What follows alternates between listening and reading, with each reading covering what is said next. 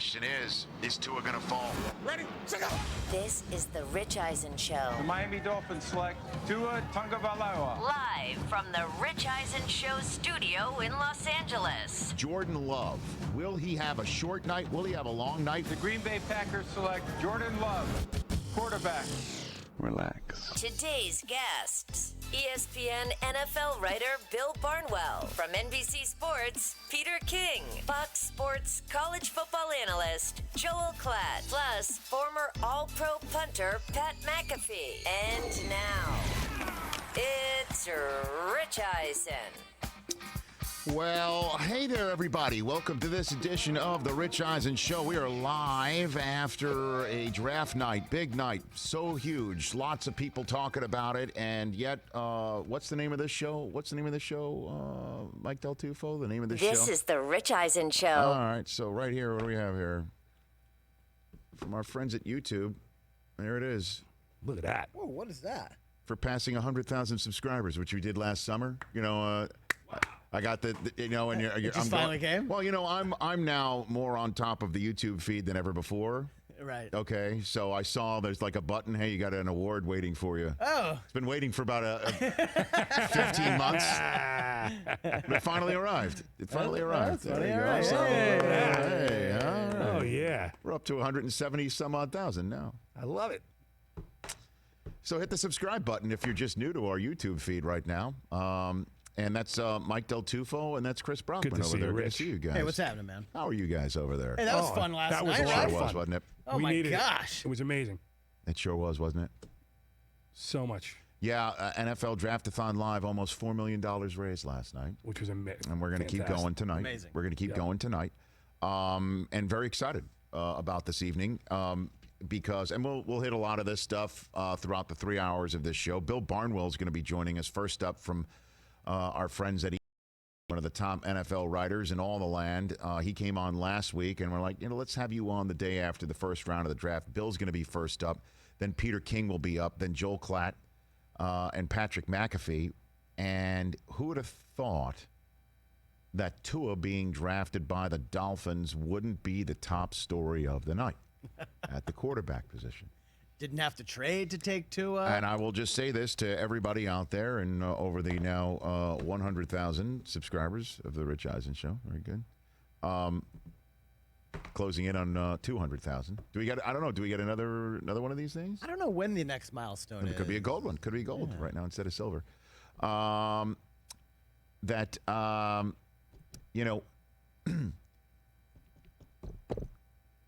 Aaron Rodgers has got to be pissed right now. I mean, there's just no other way to put it. He's a team player, and he is definitely, somebody who has to get pissed right now. Yeah. And you're gonna hear this question with all of our guests. Okay, Bill Barnwell, Peter King, Joel Klatt, Patrick McAfee. The one person who will definitely, I think, know the answer to this is Peter King. Who was the person from Green Bay who called Aaron Rodgers last night? You have to let him know. He can't just sit at home and watch ESPN and say we're trading up for somebody and then not know and think he's maybe they're trading up for the one last receiver that might be of the first round grade that's on the board that, San Francisco thought for sure Green Bay was going to draft. How about San Francisco saying we're going to trade out, we're going to trade out, we're going to trade out? They traded up. They got Brandon Ayuk at 25th overall because they think for sure Green Bay is going to be sitting there at 30. We got to get in front of him. We got to get in front of them. Green Bay then pops up and they acquire the 26th overall pick in the draft, right?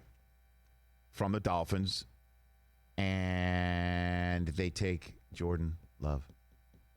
They couldn't have, right, Chris? They couldn't have let Aaron Rodgers sit in his house watching the and just find out on the broadcast. And find out on the broadcast that we're trading up to go get somebody. Okay? We can't pass this opportunity up to get this person. Right? It's not just like, hey, man, just like with him. years ago, right? With him years ago. Hey, Brett, you're 35. This kid could have been first overall. Right. We're just sitting here. We're just minding our own business here, 24th overall. Yep. And, how do we pass up that opportunity? It's not even that. It's like we traded up to go get him because we didn't want somebody else to get in front of us to get him. Right. It's different than just, hey, man, we were sitting here at 30. We're sitting here at 30, minding our own business, and look who just drops into our lap. Had to go get him. That's probably the thing that sticks in Rodgers' craw the most. And you could say, too, hey, Aaron, you were that guy who did it to Favre, so now this is just the circle of life.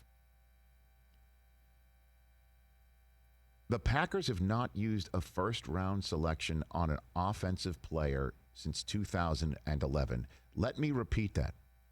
The Packers have not used their most valuable draft property on the offensive side of the ball since the year after the Packers won the Super Bowl in 2011.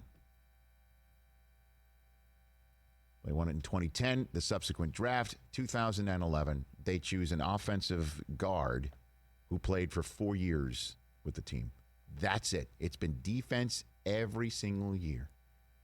And Aaron Rodgers, I'm sure, is one of those types of players who's not, he can make his thoughts known on who we should draft, who the team should draft, but I'm sure he's sitting in his house watching the draft just like everybody else. You don't get a phone call to say, hey, this is who we're drafting. I don't think, if anybody does. I mean, last night on the NFL Draftathon live feed last night, I mean, it all blends together. It was 5 hours long. I think it was Strahan at the top who asked Brady. Yeah, he asked Tom Brady when Brady popped in. He asked Brady, do you still pay attention as to who gets drafted? He goes, because towards the end of my career, I just didn't care. Because it was just, I'm at the end of my career and, I went through all these drafts and I just didn't. And Brady's just like, sure, I care. And they got Tristan Wirfs. They traded up to get him. One spot. An indication to their quarterback, we're trading up to get what you need for us to win now. With your advancing age window closing, we're going to do it now. Well, also, Tristan Wirfs was thought by many to be the first tackle that would have taken. Correct. He went fourth. Make the move. Get him. They move up one spot to go get him. They're not going to mess around. Go get him. But what I'm saying is this is the indication that you give to your quarterback.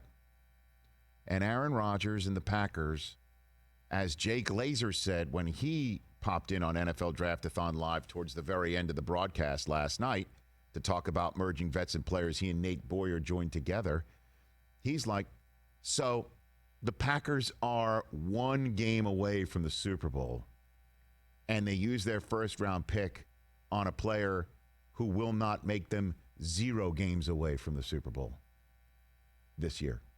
Very simple way to put it. But that's a fact. And Rodgers is 36. He's a year older than Favre was when Aaron arrived on the scene.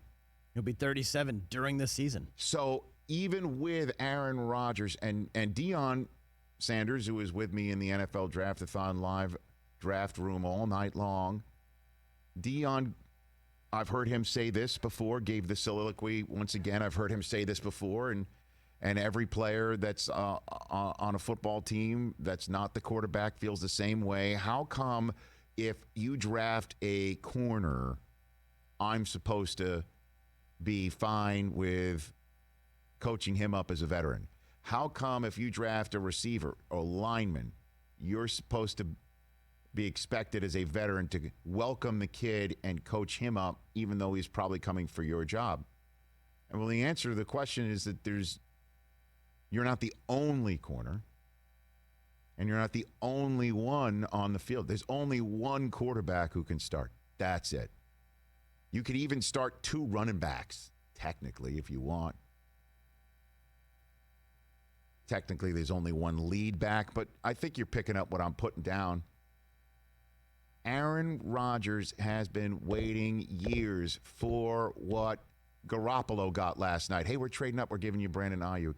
What Brady got last night. Hey, we're trading up. We're giving you Tristan Wirfs.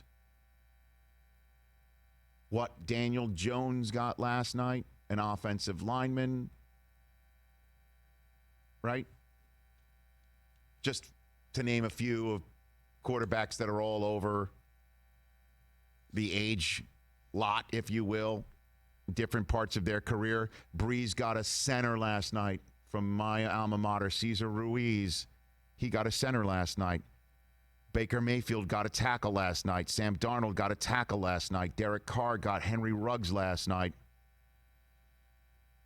Drew Lock got Jerry Jeudy last night. How about Dak Prescott, who I send my condolences to? His brother passed away yesterday. How about the Cowboys getting CeeDee Lamb dropped in their lap? Wow. Baby. Now, of course, with, say, Carolina getting Derek Brown and Kyler Murray not getting the offensive lineman he would need or another receiver that he would need, and they get Isaiah Simmons. I'm not saying that every defensive player isn't helpful to a quarterback. It's a team effort. It's a team game. But I think you're picking up what I'm putting down, which is Rodgers is waiting all this time to get help in the first round on the offensive side of the ball. After last year where when Devontae Adams went down, it was like, insert your name here, name tag here. I mean, so here are some of those kidding receivers. We know Valdez-Scantling, but Alan Lazard, Jake Kumaro, Robert Tonyan, the tight end. Of course, Mercedes Lewis and Jimmy Graham, but they didn't do too much. When Devontae Adams went down with a toe injury, it's like, hey, Aaron, now it's your job in the new offense with your new coach to make this all work. Destroyed our fantasy team as well, I might add. Yes, it Man did. spread centerpiece went down the tubes. Yeah. What's Aaron Rodgers supposed to think today? The deepest wide receiver draft ever. 0. Now, again, we should say this, that the number of teams that we were hearing about and the number of people that we also agreed, don't take one in the first round. There's tons in the second, third, and fourth. Green Bay could go deep in that pool tonight. Rodgers could get 2 very valuable weapons. So Green At Bay, least in the next 24 hours. He can do all of that. And Green Bay has... they're at the back end of each, the second and third. So they're 62nd overall and 94th overall tonight. But they could still come away with what they need to come away with. And I will be consistent when I said, hey, Deebo Samuel, DK Metcalf, these guys were terrific last year and taken after the first round. But it is, again, just the whole picture. Man's been waiting 8 years to get a first-round pick sent in his direction. And they finally do send a first-round pick to the offensive side of the ball, and it's his successor. Somebody who is going to have to learn behind him and wait. Maybe as long as Rodgers waited. But I'm wondering who's the person who called and said Jordan Love's coming. And I feel for this kid, too. But again, we talked to him yesterday. He's a good kid, and I'm not saying Rodgers is going to torture him, but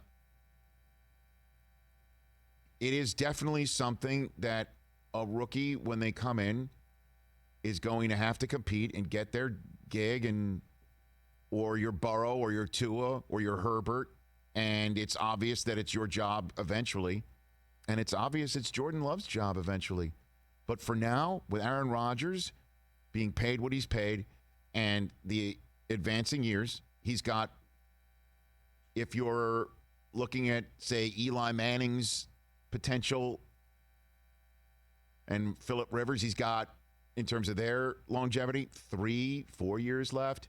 If he's the Breeze Brady type, many more years left after that. But Green Bay is not going to wait. I mean, clearly they just traded up first-round pick here. Wow. Wow. The traded up part is what It's would the get traded me up. if I'm Rodgers. Again. The traded up part. I'll repeat it again at the top of the next hour, too. Bill Barnwell is going to join us. Your phone calls at 844-204-RICH. And then the Tua. I knew it all along. I didn't go for the head fake. I didn't go for the rope-a-dope and the okey-doke. I didn't buy it. I didn't buy it. All the smoke. And Kaiser Soze of smoke screens, I think we called it. Oh, baby. And when it's all said and done, the 2 weeks after he hurt his hip and supposedly had successful surgery, and I sat here at this desk in a 4-down segment. And my 4th down, the hot take plank, nestled in my arms. My hot take is that Tua will still be a top 5 pick in this upcoming draft anyway. Whew. Green check mark. I knew it. Yeah. I knew it. Although I didn't know at the time it would be the Miami Dolphins' own pick at 5. Right. Because I thought they'd be much higher than that. Sure. Here he comes. Good pick, man. Good pick. Roll the dice. Go ahead. Do it. Go ahead and do it. This is a fresh-faced, wonderful kid who the South Floridians are going to flock to go see in your Hard Rock Stadium. You know what I mean? I mean, this is the kid. You're in SEC country, for crying out loud. They had a front row seat to his ascension, your fan base, sitting there in South Florida, where I know there is no SEC team, but I'm just considering the state of Florida an SEC team, an SEC state. Come on, it's Southeast. You can't get more Southeast in the United States for a big city than Miami, Florida, and the whole Broward County and Dade. Come on. This is a brilliant pick. I love it. It's going to be great. Tua twice a year against the Patriots and the Jets. You send him into the New York market as your face front guy. Send him into New England as your face front guy. Send him into Western New York. The battles between Josh Allen and Tua. I know that's not what many people are sitting here thinking, but the way Josh Allen's played the last 2 years, Darnold, Tua, Josh Allen, Jared Stidham. That's your guys going forward? For the first time, you can't sit back there and go, all right, young guns, nice try to come at the crown. I know. Not anymore. And the good thing is for Tua, no pressure to play next year. They have Fitzmagic. That's true. That's correct. No pressure. No pressure. And Fitz is a great guy to learn from. And he will teach Tua everything he knows. Right. We know that. Right. And then the Dolphins, it was a big night for them last night because this is where they would cash in the picks. And interestingly enough, the pick that they used for Minkah Fitzpatrick, they take Tunsil's replacement.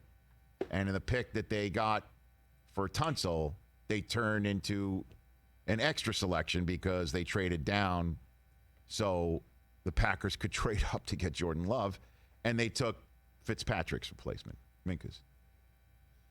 So, I mean, that's what you do. I mean, you trade these players away to get first rounders, you get younger, and you don't have to pay, and hopefully you win because these guys are as good as the guys you just traded away.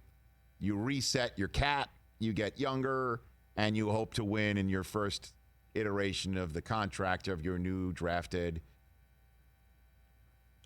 quarterback. Right?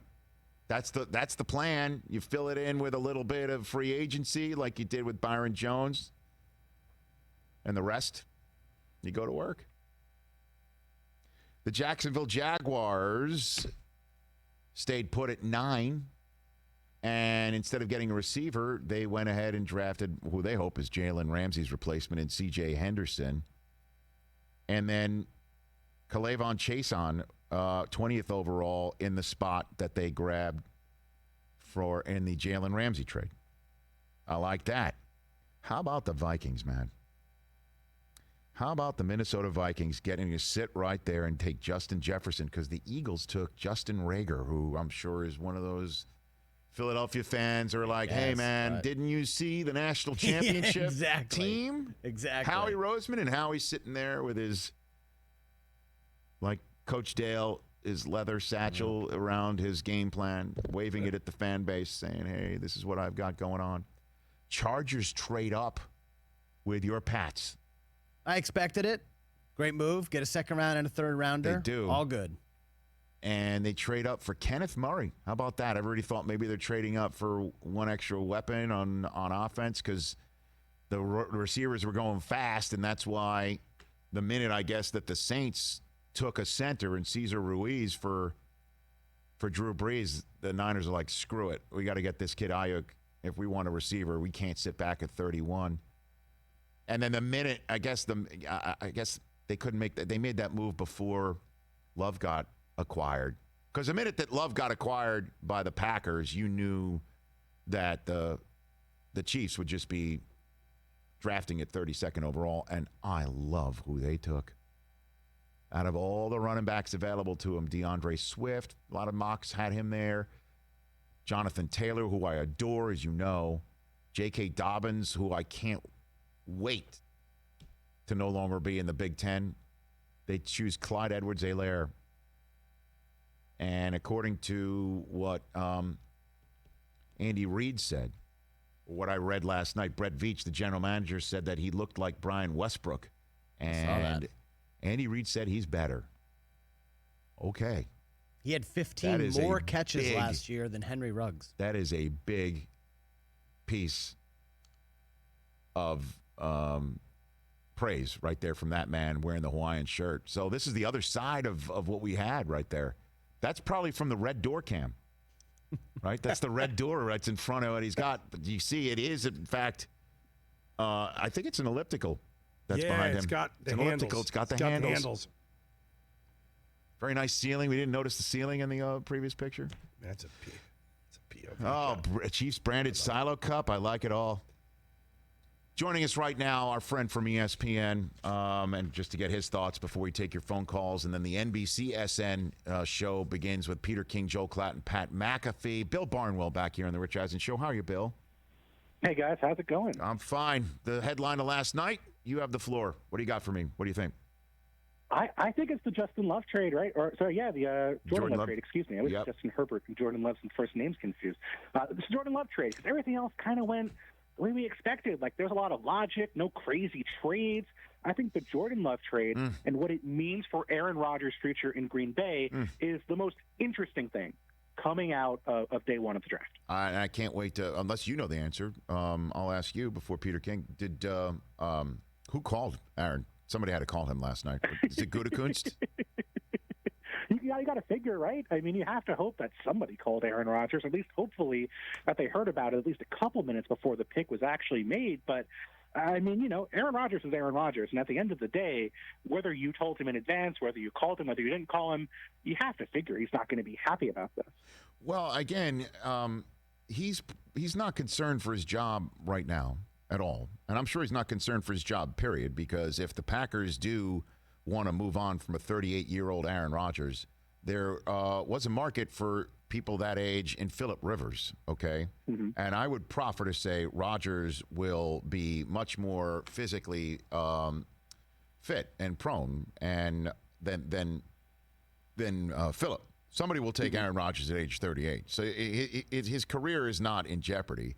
It's just he's been waiting since 2011 to get a first-round pick on the offensive side of the ball, and they finally give one, and it's right after he worked whatever magic he was able to work to get this team into a position to compete for the conference championship, and they draft somebody that does not give them for the first-round pick a better shot at winning this year's NFC championship at all. I don't know. Here's what I would say. Think about Aaron Rodgers' recent past, right? This is a guy where we know he has injury issues. A couple of years ago, it really sank their season, losing Aaron Rodgers for 6 or 8 weeks. If you have Jordan Love, in the long term, obviously, you're molding him to be your quarterback of the future. There's plenty of time for that. It's 2 years before the Packers can realistically, for cap reasons, move on from Aaron Rodgers. But that does give you a guy, in case Rodgers gets hurt, who fills in. Now, do you need to use a first-round pick to get that guy? No. But I do think it helps a little bit in the short term. And then this is a draft that we know is incredibly deep with wide receiver talent, even after how many guys? 5, 6 were taken in the first round yesterday. So the Packers can still get a receiver at 62, which is what they pick, the third to last pick of the second round. They can still get a guy who should be able to help that offense in 2020. Now, is it going to be as good as someone, like a Justin Jefferson or a Brandon Ayuk? No, but those guys weren't on the board. So maybe if the Packers said, hey, we were going to take a wideout, but once we kind of had our guys get off the board, that next tier of wideout is a guy we think we can get in the second round. Yeah. Yes, and I said minutes ago that they can absolutely come away at the end of the night with starters that can significantly contribute this fall. But it's just, again, the message that's been, and even though I know Gutekunst and the rest of the crew, this is a lot of what Ted Thompson was doing for years. Mm-hmm. It just all builds up. It all builds up, and I really would love to get his inner thoughts. At some point, he will be in front of a microphone, and we will find out. But okay, so outside of that, give me a pick that you thought that's chef's kiss. What a great opportunity for this team and this kid from where they were able to draft him.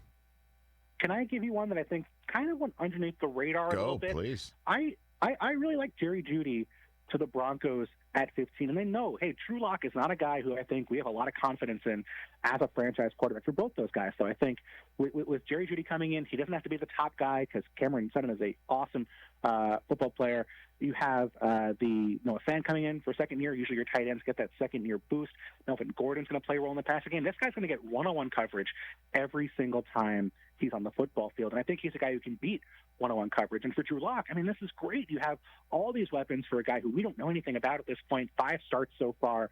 We're going to get to know pretty quick whether he's the guy or not because there's nothing he could ask for. He has a great pass-catching running back. He has a great pair of wide receivers. He has a very promising tight end. He has the weapons that usually it takes a quarterback 2 or 3 years to kind of amass. So I think it's just an interesting fit. And I think a guy who, is going to be in a better opportunity to succeed than it might seem right now given his quarterback situation. What do you think of the Raiders having their choice of all receivers and they go Ruggs?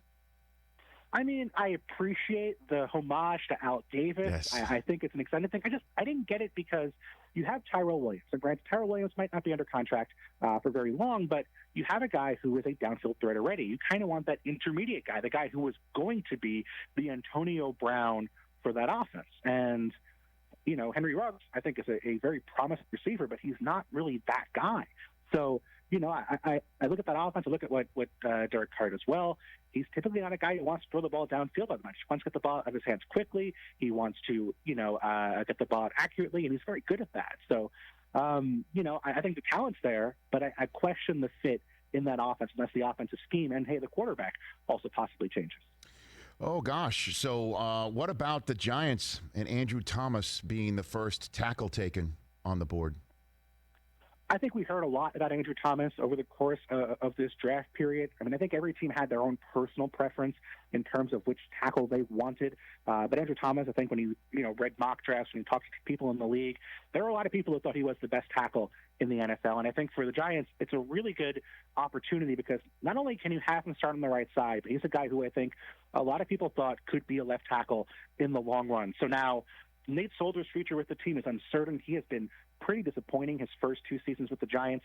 He could be cut this offseason as a post-June 1st release. They could wait until next year, give him one more season. But I think Thomas is a guy where you feel pretty confident he can play both tackle spots, which, maybe would not have been the case for every single one of these top 4 tackles. So I think the Giants are doing the right stuff to support their offensive infrastructure and support Daniel Jones. And I think at the end of the day, if you think he's your guy, stay at 4, pick your guy, get your tackle, and then hope he can be a left tackle in the future. Bill Barnwell here on the Rich Eisen show. The Browns have to be happy with Jedrick Wills, right? I mean, and then the Cardinals getting Isaiah Simmons. That is just going to be a fun ad to put on a level before Patrick Peterson, right? and behind Chandler Jones. What a beautiful piece that is for Arizona. Wouldn't you agree? I mean, yeah, could you imagine heading into this offseason, you would tell a Cardinals fan you're going to get Isaiah Simmons and DeAndre Hopkins? I mean, you know, that they would have been as happy as Cliff Kingsbury looked in his palatial estate in Arizona last night. If he told them that before the offseason, I think that's an awesome fit for that team, given what they need. Every fantasy football player, every daily fantasy football player has spent the last 2 years starting tight ends against the Cardinals, no matter how bad they are. Ross Dwelly had a monster game against the Cardinals in fantasy football last year. So to get a guy who, and Isaiah Simmons, who can guard tight ends, who can play safety, who can play linebacker, such an exciting fit. And the Browns, I mean, everything they did this offseason tells me, hey, we're going to evaluate Baker Mayfield. We're going to know by the end of the year whether he is our guy or not. You get Jedrick Wills to play one tackle spot, Jack Conklin to play the other tackle spot. You add Austin Cooper. I mean, Baker Mayfield is everything a quarterback could want. That's so true. At this point, it's going to be 2020 or bust for Baker Mayfield in terms of evaluating what his future looks like as Browns quarterback. Yeah, new coach, right? Odell, if he wasn't traded by last night, he's not going anywhere. No. And then, Jarvis Landry, he comes back healthy from his surgery. You just mentioned, Njoku's going to be part of the two tight end, one would believe, right? Kareem Hunt, Nick Chubb coming off of an incredible season. You just got the offensive line shored up a little bit. The defense hasn't really lost appreciably very much. That's it. This is it, right, for Baker? Let's put it this way. The Browns are better set up to evaluate Baker than the Jets are, even though they got Becton last night with Sam Darnold. Wouldn't you think? Of course they are. I mean, they did more during the offseason to add talent to their roster. The Jets added a lot of depth. There's a lot of, they added some pretty mediocre offensive linemen. I like the Rashad Perriman signing, but he's a second, third wideout realistically. I mean, they're still a team that needs a number one wideout, that needs a tight end who's effective and consistently available to play, which has not been the case.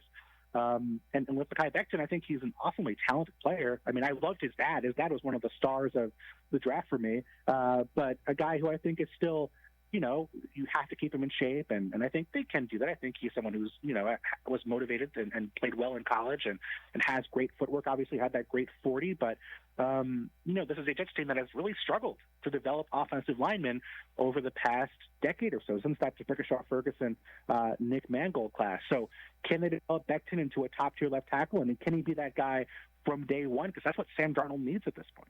Bill Barnwell, a few more minutes left with ESPN senior writer and the host of the Bill Barnwell Show podcast right here on the Rich Eisen Show. What did you make of the Eagles' evaluation at the wide receiver position? They don't go Justin Jefferson. They don't go Ayuk. They go Jalen Reagor from TCU. What do you think of that move? Yeah, he kind of seems like he's going to be the replacement for Deshaun Jackson in 2021 and kind of the insurance policy if Deshaun Jackson is not 100% for a chunk of time in 2020, which we know is a possibility. They really needed to add speed. It makes sense they focus on that. I think it speaks to the reality that they still have some faith in J.J. Arcega-Whiteside and Alshon Jeffrey, because it seemed like Arcega-Whiteside was going to be the long-term replacement for Jeffrey. We know Jeffrey's not 100%. Arcega-Whiteside really struggled last year. So, I think it does make sense given what they needed in the short term and sort of how they want to configure that roster long-term as, your Carson Wentz's and your other players from their previous draft classes get more expensive. They have to kind of get cheap somewhere. And so I think wide receiver with Arcega-Whiteside and with Reagor are going to be the two spots where they're willing to get those kind of rookie receivers playing meaningful roles as soon as 2021. And the Vikings used the pick they got in sending away Stephon Diggs for Justin Jefferson. They've got to be ecstatic over that. You have to be thrilled, right? If you could make that trade, on that day for the Vikings and know, hey, we're going to get Justin Jefferson without having to trade up, I think that's an absolute victory for what the Vikings would have wanted. You come into this draft, you kind of figure they're going to go wide receiver and cornerback just because they need a wide out, and Mike Zimmer takes cornerbacks in years where his cornerback depth chart is full, let alone when it's pretty empty as it is right now. So, getting Jeff Gladney, getting Justin Jefferson, I think is exactly what they would have hoped for heading into the draft. And I think Justin Jefferson can be an impact player from day one. They're not going to throw the ball a ton. I think they want to be a run-first team. Mike Zimmer's always said that. And I think they're going to run the ball a little more frequently than they have in years past. But I think Justin Jefferson is such a great player that, he can make an impact if he's playing 20, 25 snaps per game. Right. And then I'll ask the question some Chargers fans are probably thinking about. Was it worth trading back into the first round to get Kenneth Murray? Is he that good? I mean, he's a great football player, but at the end of the day, you look at history, those trades just don't work. I mean, time after time after time, when you trade into the first round, give up a 2 and a 3 for a player who's not a quarterback or a guy who's not at a critical position, those moves, not always, but almost always, tend to be disappointing. I think he's a great player, but look at the Patriots. The Patriots could very viably have said, hey, we need an inside linebacker. We just lost Kyle Van Noy. We just lost Jamie Collins. Those guys are, inside, outside guys. They can play a bit of both, but so can Kenneth Murray. Let's take Kenneth Murry. Bill Belichick says, no, let's move down. Let's get a second, third round pick. We can find a guy who's pretty useful in the second round and the third round. And for however good Kenneth Murray is, this Chargers team now has a major, major hole at left tackle for Justin Herbert or Tyrod Taylor, and without those second and third round picks, no obvious way to fill it. That is significant. That's an interesting one. And the choice of Clyde Edwards-Helaire over any other running back that the Chiefs made. What do you think of that? Okay.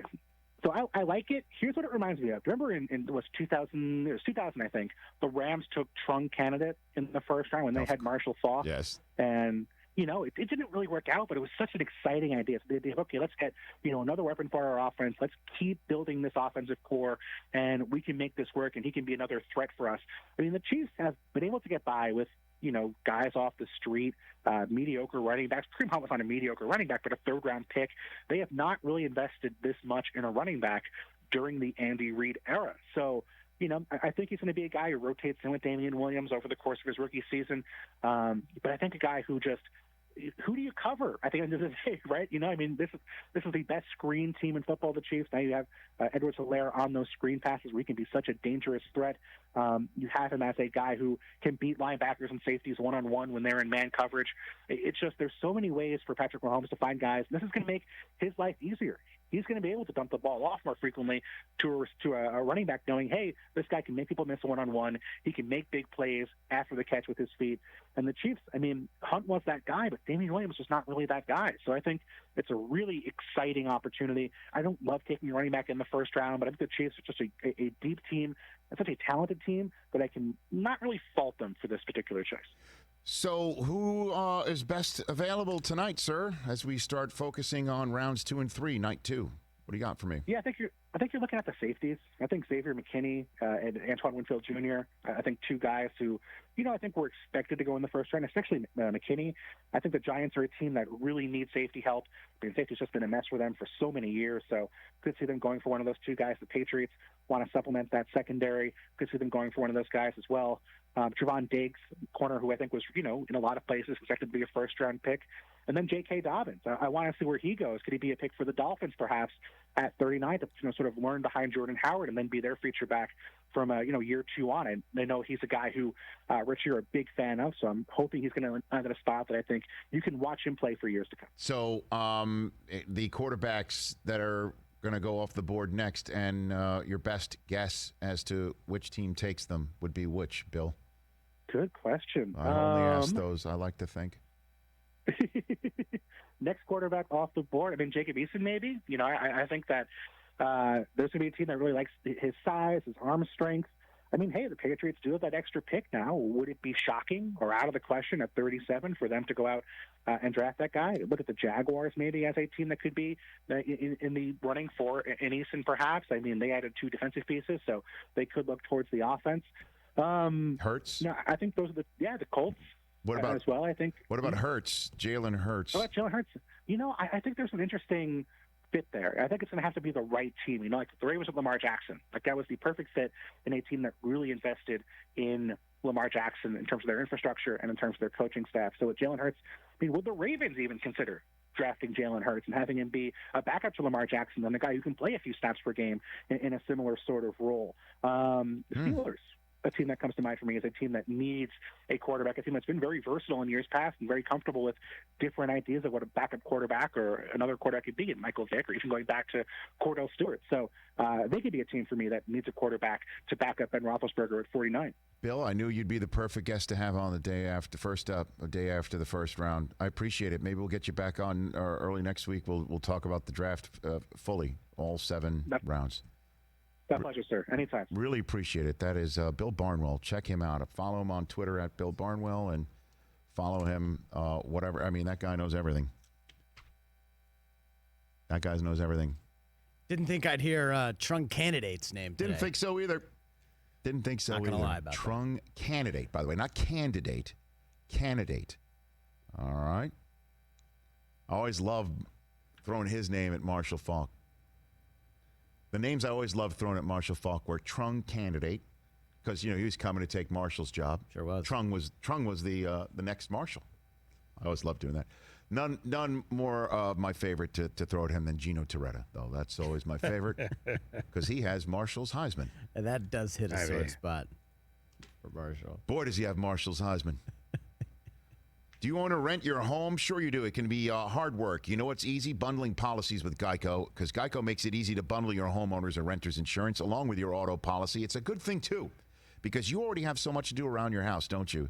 Go to geico.com, get a quote, and see how much you could save. It's Geico easy. Visit geico.com today. That's geico.com. And let's go to our Geico fan phone line right now. First in, first up, TJ in Detroit, Michigan. You are on the Rich Eisen Show. What's up, sir? Rich, I'm happy to be here. I'm a new worm in the hole.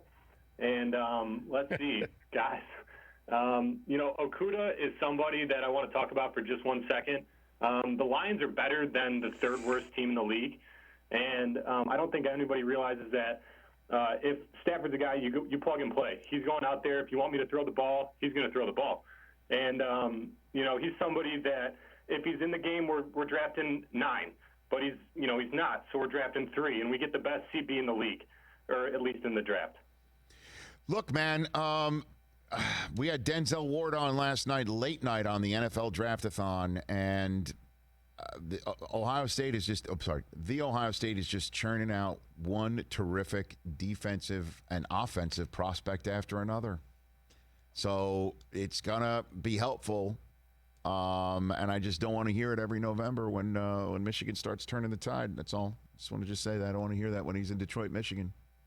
Rich, I got one follow-up question. When you were on the Draftathon last night, did you take some screenshots? I did not. I forgot how to do that. But thank you for the call, Jeff. That's where Del Tufo and TJ and Brockman came in handy. Yeah, we took a screen grabs. I took a mental screen grab. It was amazing. On the top row, me, Dion, Kevin Hart.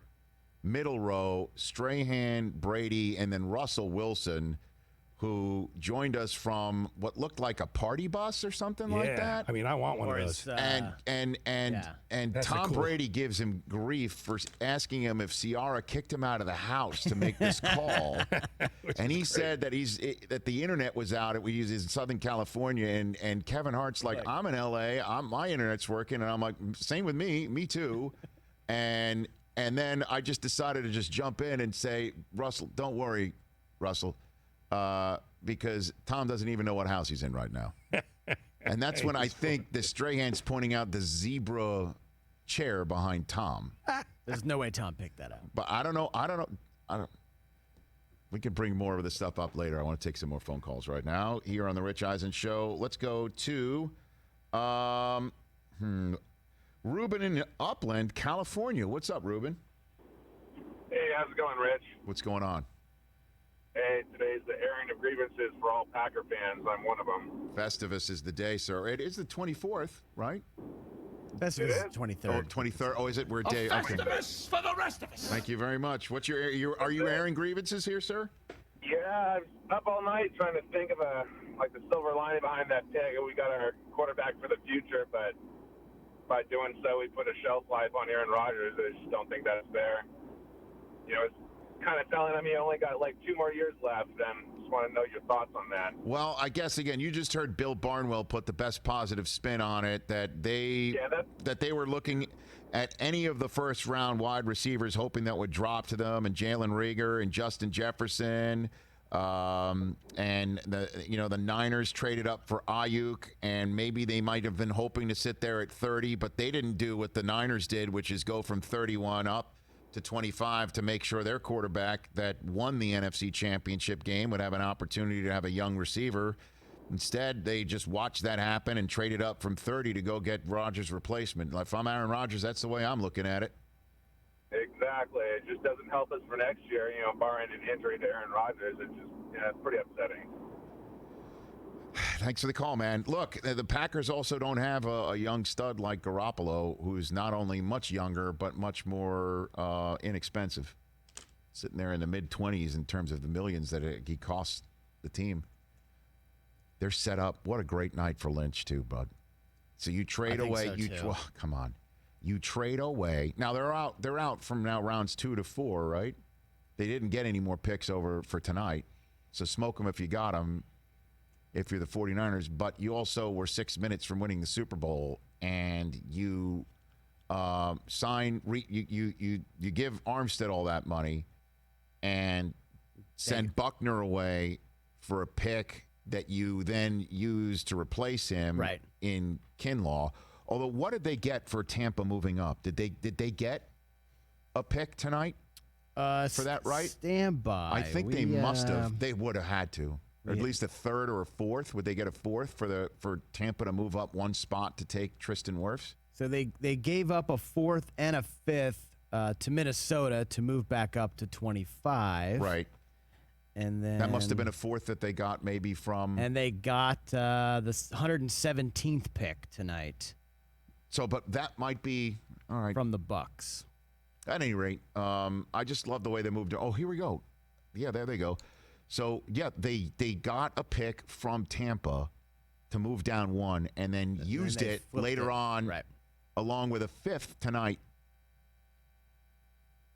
To go get Ayuk. Yeah. Great move, man. Yeah, that's actually great move. You heard what David Shaw said when I mentioned Ayuk's name. He just lit up yesterday. Yeah. And so you get him and Debo and Kittle and that line that needs to be improved, and that running game and that defense that you sign, you make your choice with the cap. Certainly when you went out and got D Ford, and you get that defensive line getting Armstead. Now you add Javon Kinlaw, so you get younger, right? And you send Buckner away, you get Kinlaw, and then you also get a pick that you flip with a fifth to go get this young receiver, and you say, okay, those are our choices. That's our choices to get those 6 minutes back in the Super Bowl. Lynch is a really good general manager. Dude, I just said that, but I was thinking the same thing. He really knows what he's doing. Smart. Yeah. And that was my poll I'm working on today. Who won the first round? My teams here are Dolphins, Cowboys, 49ers, Bucks. You okay with those 4 teams? The Vikings are in a bad one too, man. Minnesota Vikings got a corner and a receiver, and I would instead of the Cowboys. The Cowboys just sat there and had CeeDee Lamb drop in their lap. Okay, we'll replace him with the Vikings. Oh, no, keep the Cowboys because that's always better for the poll. Pardon me, Minnesota. I'm sorry. All right, I just made that decision. I'll put that up right now. Come on, it's a Dallas. Take out Dallas. Who is interested in what the Cowboys do? By the way, absolutely saving this question for Pat McAfee. What was going on with CeeDee Lamb and his young lady friend and the cell phone last night? Yeah. Also, what was going on in Mike Vrabel's house? I mean, I don't know. That one you got to fill me on because again, I'm in. That's right. Some of the stuff I wasn't paying close attention to the broadcast. Well, a lot of rumors that his son was, going number 2 in the background with the door open. Oh no! Stop. I mean, yes. So what did CeeDee Lamb say? CeeDee Lamb said there was nothing going on with the cell phone. His agent was calm, supposedly. I don't know about that, man. That's not what that looks like. Doesn't mean I can't ask McAfee if he thinks it's true or not. Oh, my word. let's go to Jeff in Detroit, our man. What's up, Jeff? How you been? Hey, what's going on? How's everything today? Let me get up out of this noisy place. Oh, my God. Where are you? Jeff, where you at, buddy? What are you doing? As soon as I stepped out of the car, man, I was trying to drop a package off, and I said he's gonna come to me. Boom. And then Chris Brockman takes my perfect. I was gonna ask you who made out, because I was thinking Dallas as well. They seem to be doing pretty good. My question to you though is this: Yes, sir. Do you see a situation where Aaron Rodgers does like a Tom Brady and says, well, I'm not getting any love here in the Bay. Let me go ahead and take my talents elsewhere, because we all know with the NFL and the way that it's set up, get a quarterback, a winning quarterback, add him to a situation, boom, Super Bowl champion. So I'm kind of wondering is, maybe a year or two down the line, and he sees that Green Bay isn't doing anything with his great, his last years. Right. Will he do something? Well, here's the thing, Jeff. I mean, if you really want to just play this thing out, I mean, you're talking about when players know that their guaranteed money is drying out. They know that that's when the contract, doesn't matter how long it's for, that's how long it really is for. If there is no guaranteed dollars left, then the end is near. So whenever that is when I think Aaron Rodgers is going to begin to wonder what's going on around here.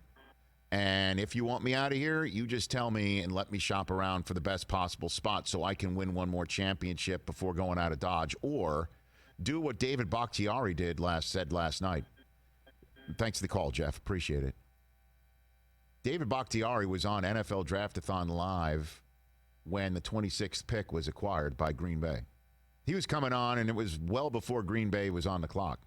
He was coming on when Green Bay acquired the pick and chose the successor of his buddy and the guy he's been spending much of his entire professional life protecting. And his response was, just you watch. I'm paraphrasing, saying that when Rodgers is motivated, he's just the best he's ever seen in anything. And he got it. He understands that Rodgers is going to be motivated. Emmitt Smith was in the top right square at the time on our Draft-A-Thon Live draft page. He was like, I'd be pissed. Brandon Marshall said the same thing. He was great. I mean, it was really a great conversation. But Bakhtiari is saying Rodgers is going to be pissed. So guess what? Rodgers, what if Aaron wins a Super Bowl, either one or the next 2 years? What happens then? Hey, Jordan, guess what?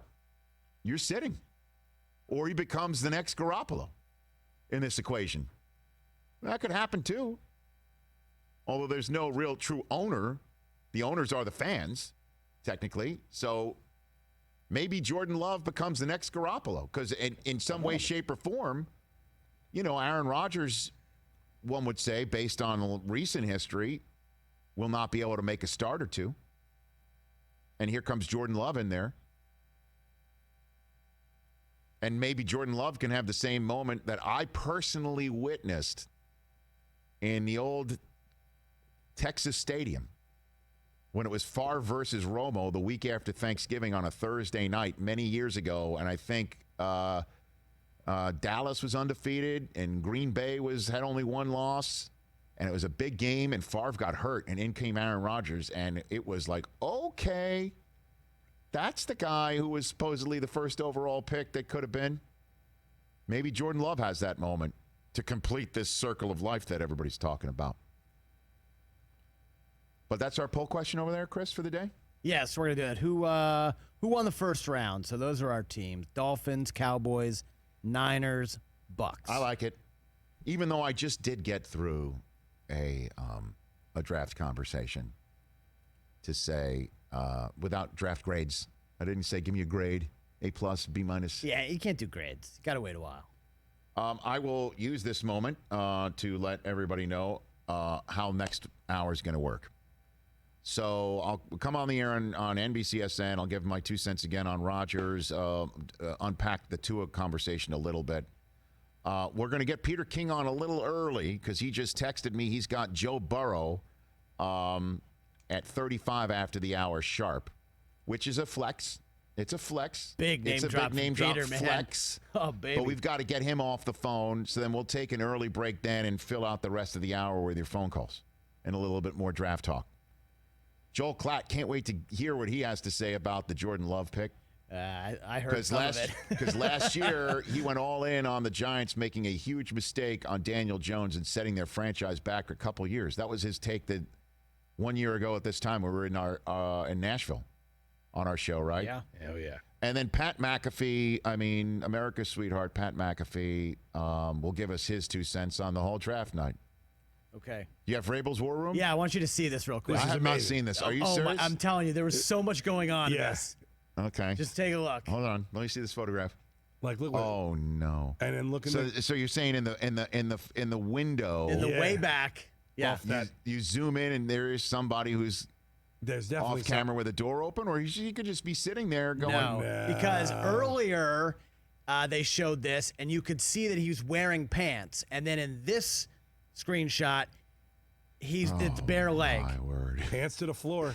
And then he's got the guy in the spandex suit, and then we got the dude with the mullet. There's big Buck Hunter video game in the back. What's behind the screen? And Mike Vrabel with the biggest dip in you've ever seen. And that GIF is on at Rich Eisen Show on Twitter. And then draft stock dropping in the reflection. Yes, stock dropping. All right, I need the phone stand, TJ, because I'm about to FaceTime into Lunch Talk Live with Tirico to set up our show. Mic check. There you go. You got something you say? Yeah, I just, we only got about 40 seconds left. Yeah, this is quick. The Vrabel picture. Yes. Remember those Harlem Shake videos that were popular a few years ago where everybody was just sitting around and they got dressed up weird and danced? I fully expected a Harlem Shake video to break out in the Vrabel household. Oh, my word. Okay. Very good, TJ. I need that stand. So to me and Chris need the vamp. Oh, my gosh. Okay. We will be on at the top of the hour with the rest of our NBCSN crew. Everybody in the 424s, we're setting records for the largest audience we've had, certainly for our first hour of our show. So we appreciate your love. YouTube.com/Rich Eisen Show to stream us, to watch us NBCSN, and to listen to us. Stay tuned here on Sirius XM 211.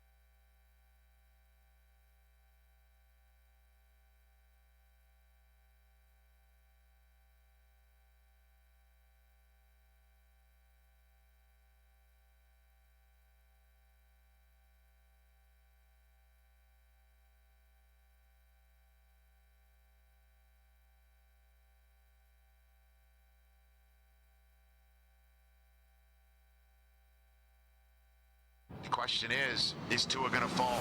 Ready, set, go.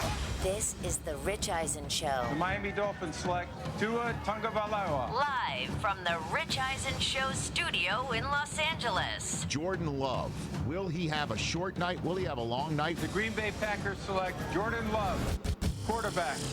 Relax. Earlier on the show, ESPN NFL writer Bill Barnwell. Still to come from NBC Sports Peter King. Fox Sports college football analyst Joel Klatt. Plus, former All-Pro punter Pat McAfee. And now, it's Rich Eisen. Well, hey everybody, welcome to this round one of the 2020 draft edition of the Rich Eisen Show, live from Los Angeles, California. I am your humble host, Rich Eisen, and we are pleased to be joined now by the NBCSN viewing audience. Good to see Chris Brockman and Mike Del Tufo over there, as always, at What's their up, posts. pal? Good to see you. That was fun last night, huh? That was amazing. Amazing. It was a lot of fun last night in the NFL Draftathon. Draft room. We're coming on after Mike Tirico's show, Lunch Talk Live on NBCSN. I just joined at the very end. He showed a clip of the very beginning, the first 45 minutes. You can go to NFL.com or NFL's Twitter handle, which is where you can watch it again tonight. We were on TikTok last night, I was told, as well, for the kids. Hey now. Twitch, YouTube, also Facebook, Yahoo, Reddit. It's streaming everywhere, and it was just a fun 5-hour night. Deion Sanders and I co-hosted, and just one person after another popped in our chat room, and it was amazing. At one point, Kevin Hart was the first guest, and then Strahan joined, and then Robert Kraft joined. That's when Russell Wilson showed up. Kraft had to go to the Patriots draft room, and Tom Brady arrived. Added by DJ Khaled would show up. It was really we the best. It was really amazing, and the most important thing is it was a $4 million night for NFL.com/relief, and we're going to do it again tonight. We're going to do it again tonight, and it was just remarkable to be in this room and have big moments occur. I had no idea who was going to be in there when the big moments occurred. So, you know, most of the people I just mentioned were in the room when Joe Burrow got drafted, and then Tua gets drafted by the Miami Dolphins. And on that front, I shall say this, and all long-time viewers of this edition of this program, Rich Eisen Show, and even those that have just been watching us for the last couple weeks on NBCSN, you will know I did not fall for that okey doke. I didn't take the head fake, but it was indeed with Tua Tagovailoa going 5th overall to the Dolphins anyway. And the Dolphins didn't have to trade up to go get Tua and got him anyway. It was with all the stuff you heard, oh, Justin Herbert, we love him just as much. Or in the last 48 hours before the draft, Dolphins are going to trade up, but they're going to trade up for a tackle because they know the Giants are going to get one, and they want one themselves, even though it would be protecting the craziest, most successful Harvard man since Will Hunting.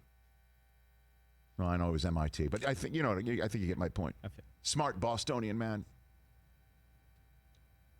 But it turned out to be the Kaiser Soze of smokescreens, because last night when the Dolphins stepped up 5th overall, poof, it was gone.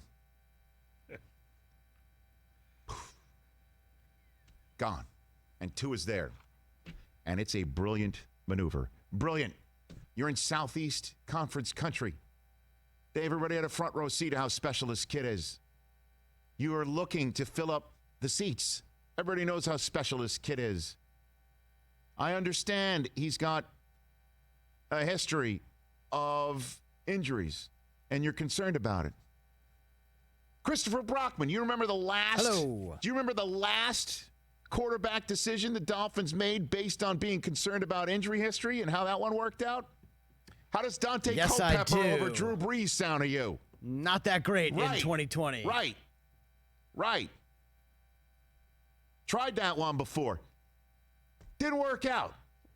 Let's try this one. More risky, but the upside is tremendous. Way to go, Dolphins. Way to go. Because the smokescreen might have prevented them from having to cough up any of their absurd number of draft assets to go get them. And you didn't have to totally have a brutal tank season because you hand things off to the anti-tank quarterback and Ryan Fitzpatrick, and he just has no, that's not in his vocabulary. So you got close enough. You won some games. You got some excitement going on, and you stuck it to the Patriots by beating them and knocking them out of a bye week position, ending the Brady era. You get a coach that clearly can coach his head off. And then you keep your 2 first-round selections that you get by trading away Laramie Tunsil and trading away Minkah Fitzpatrick, and you use the draft choice you get for Fitzpatrick to get Tunsil's replacement. You use the draft pick you got for Tunsil to get somebody in the secondary where Fitzpatrick used to be, and you signed Byron Jones. I like it. I like what the Dolphins did. And they also traded down. Got a little more, wet their beak a little bit, because one team felt it necessary to trade up to get Jordan Love. And that team already has a quarterback. And that team was one game from the Super Bowl. And as my buddy Jay Glazer said on Draftathon Live when he and Nate Boyer joined us last night, late at night, when Bill Walton took the floor, holy crap. After midnight. It was after midnight, Eastern. Late night. And, this was all just had gone down when Glazer came on and he goes, I said, how do you think Aaron Rodgers feels about this? And he basically summed it up. He goes, well, the Packers were one game away from the Super Bowl, and they just drafted somebody that does not make them 0 games away from it. And then just, again, put yourself in Aaron Rodgers' shoes for a second and enjoy it because his life is pretty good. That sounds pretty good to me. Yeah, I'll take that. We mentioned it yesterday on the show. Jordan Love was on the show yesterday. We mentioned it yesterday right here on the Rich Eisen show. The last time the Green Bay Packers used a first-round selection, in other words, their most beachfront property in a draft, the last time they used their best draft asset to add a player on the offensive side of the ball was 2011. Also, by the way, the last time that John Schneider and the Seahawks drafted in the same spot that they entered the first draft into, as they did last night, finally. Congrats, Seahawks fans. Didn't move around. But the last time the Packers used their first-round pick to essentially tell Aaron Rodgers, we're going to make life a little bit easier for you by using the best possible pick we have to give you X. X receiver, Y receiver, Z receiver, running back, offensive lineman. And I understand defensive players can give you a short side of the field and help you out offensively, as I'm sure Washington is hoping for with Chase Young, Detroit with Jeff Okudah. Great pick for the Cardinals last night. You want to talk about an offseason? Okay, let's get out from David Johnson's contract. Let's bring DeAndre Hopkins in for our reigning offensive rookie of the year, first overall quarterback in Kyler Murray. And now put Isaiah Simmons in the level between Chandler Jones and Patrick Peterson and go hunt. Wow. Love it. But it had been since 2011 that the Packers told Aaron Rodgers, here's somebody for the offense. Now they give him one. After he does what he does, works his magic, Devontae Adams leaves the scene with a turf toe injury for a month, doesn't play a down in the month of October. They still get their brains beaten in the regular season on Sunday Night Football by San Francisco, and he sticks his foot in the ground, and the rest of that team, it's a team effort. They do make the playoffs. They wind up 1 inch shy on Sunday Night Football's finale between the Seahawks and the San Francisco 49ers. They wind that much shy of being the 1 seed. from having everything come through Lambeau Field with a new coach that he supposedly wasn't supposed to change his spots for. He does all of that. And then they finally say to him, we'll go offensive first-round draft choice. It's for a kid that's taking the backup role to you for the time being. In essence, turning him into Favre when he was drafted, when Favre was 35, by taking this kid when Aaron Rodgers is 36. And not only taking him, but moving up to get him. And in that regard, even back in the day with Favre, if Ted Thompson even cared to say something to Brett, they could still say, we were just sitting around 24th overall minding our own business. And then the kid that a lot of people had pegged as the first overall pick in the draft and would have been had the 49ers looked around their own neck of the woods and taken the kid from Cal instead of Alex Smith. Hey, that guy just happened to fall into our laps. 24th overall, Brett, what do you want us to do? You're 35. We know you have never missed a game, but come on. This kid could have been first overall in the draft. We're sitting here at 24 minding our own business. Oh, look who just dropped in our lap. Aaron Rodgers. Had to take him, Brett. In this case, they're sitting around at 30 and move up to go get him. Say we couldn't sit around and wait. We had to go move fast. And Rodgers is sitting there looking at the team that beat his brains in twice last year, regular season and then NFC Championship game. He sees that team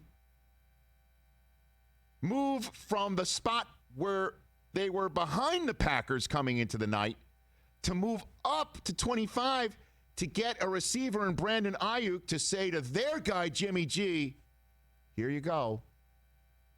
We were 6 minutes shy of winning it all.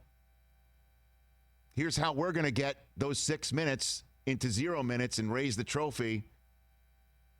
And, by the way, we're going to go and pay one of our guys in Armstead and flip the Oregon Duck, Buckner, to Indianapolis and then draft his replacement with that draft choice. And what we're going to do, though, is move down one spot so Tampa can move up one spot to go get the protector for Tom Brady. Tampa taking care of their guy by getting the protector for him. We're going to use that fourth-round selection later on and flip it to go get the wide receiver for our guy, Jimmy G. And Rodgers sits there and is like, okay, here comes Jordan Love. How do you think he feels today? Peter King's first up.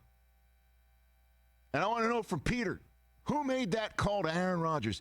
And did Aaron Rodgers just decline to answer or hit one of those, can I talk to you later default? Yeah.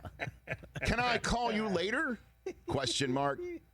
Hey, look, people in my life, when you hit that, I know it's not meant for me. That's a default that the iPhone has. Can we be a little bit more personal, please? Did he let it ring 5 times before it went to voicemail, or did he do the one ring, send a voicemail? They had to have called him. He couldn't have sat around on ESPN and NFL Network and ABC, whatever he's watching, or maybe he was watching Draftathon Live, because we had David Bakhtiari on live when this happened. And if you missed that reaction, I'll tell it to you later. But they had to have called him, give him a heads up. We'll ask Peter King that. Joel Klatt, I'm sure, has very definite ideas about this very subject. The Fox Sports draft expert and the man who sits next to Gus Johnson on all their A games, or as he is known, the voice track to my tears, the Michigan-Ohio State game every year on Fox. And then America's sweetheart, Pat McAfee. Our poll question, Christopher, quickly unpack it before we take our first break here. Yeah, real quick. Who won last night's first round? We got 4 teams. I'm hearing everybody. There's only 4 options, though. These are what we got. Dolphins, Cowboys, 49ers, Bucks, at Rich Eisen at Rich Eisen Show on Twitter to vote now. Okay, please do that. And call us 844-204-RICH, number to dial. We are live on Sirius XM Channel 211 if you want to listen to us. We stream every day starting at noon Eastern on youtube.com/Rich Eisen Show. We're back on all our platforms with Peter King in a moment.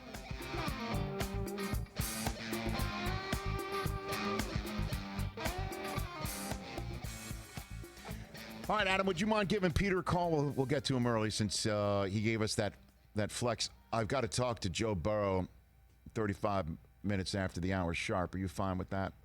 Okay, Peter. Nice flex. We know you're in the Hall of Fame. There are worse people to be bumped for, moved around because of. The Tiger King, Joe Exotic? Joe Exotic.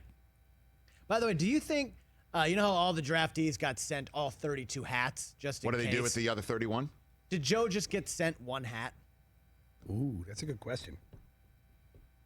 Because there was a report that Mike Brown talked to Joe on Wednesday and said, welcome to Cincinnati. Yes. Sent his family personalized jerseys. There we go. So the league probably, right? Just sent him the Bengals hat instead of all 32? Or a return slip. Yeah, I was just going to say, they give you the box. Right? You got to put everything back. Return to sender. Yeah. Yeah. Like already, the pre-addressed label. FedEx. All right. Just curious. That's the type of stuff I want to know. I'd say good question. I don't know if I'm going to use Peter King real estate on that. No, I know. I'm just Peter. Hey, Peter, later on when you ask Joe Burrow, do they send him all 31 hats? Do you really think they had to call Aaron?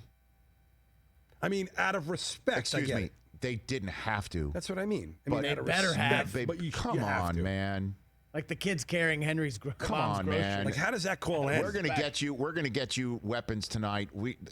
All the guys went away, but it's a tough one to say. We've got to trade up to get them. We got to trade up. We can't use our draft capital. Okay, I mean the Titans went and drafted Isaiah Wilson, that big tackle out of Georgia, 29th overall. Everybody after that were defensive players except Clyde Edwards-Helaire. But you got Aaron Jones, so you're not going to do that. But if you don't like any of these wide receivers, right? If you don't like any of the wide receivers as a first-round grade and you think that they're second-round grade, then you be the one to trade out of 30. You go. You trade out. Somebody's going to probably be trading up. You trade out. I mean, it's a tough sell to say we had to trade up to go get him. That's tough. The trade up, man. The trade up part. That's what gets me. If I'm Rodgers. Again, hey, we were just sitting around in 2005. What are we supposed to do? Put yourself in our position, Brett. The guy's could have been the first overall pick in the draft. We have to go get him. We didn't think in a million years he could be here at 24th overall, but we had to go get him. We had to, right there. I mean, what are we going to do, Brett? It's crazy. We'll try and get Brett on at some point. All right, Peter King when we come right back.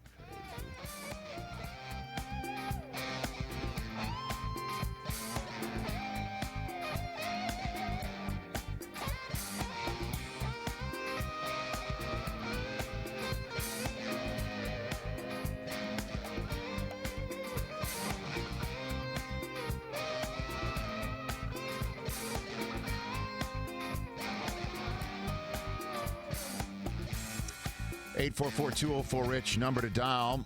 Joining us right here from NBC Sports and Football Morning in America, his must-read column, as it will definitely be on Monday, right after the first round of the draft from, our friends at NBC Sports. Peter King, how are you, Peter?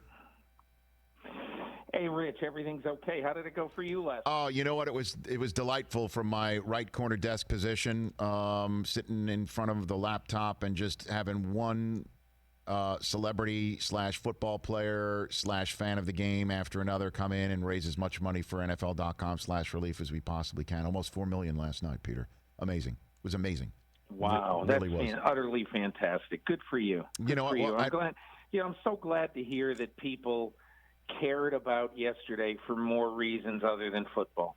Well, I mean, and again, just the people from all over the pop culture landscape that joined and gave some time. The first 45 minutes, everyone should go check it out on NFL.com or at NFL Twitter handle. You can watch all, if you've got 3 hours, 5 hours you want to kill. I mean, it's all sitting right there from last night.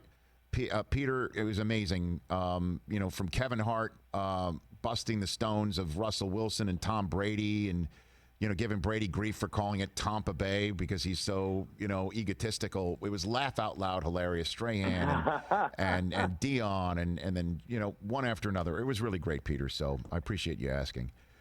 Let's get into the order of business here. Did the Packers call Aaron Rodgers? Did they give him a heads up? And if so, who was that person? Did they connect last night? I don't know if they did or not. It sounds like they didn't.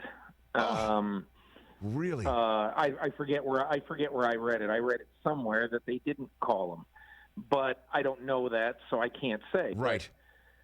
But either way, man, I don't know. I saw Jordan Love to the Packers in a couple of mock drafts, and I don't know, Rich.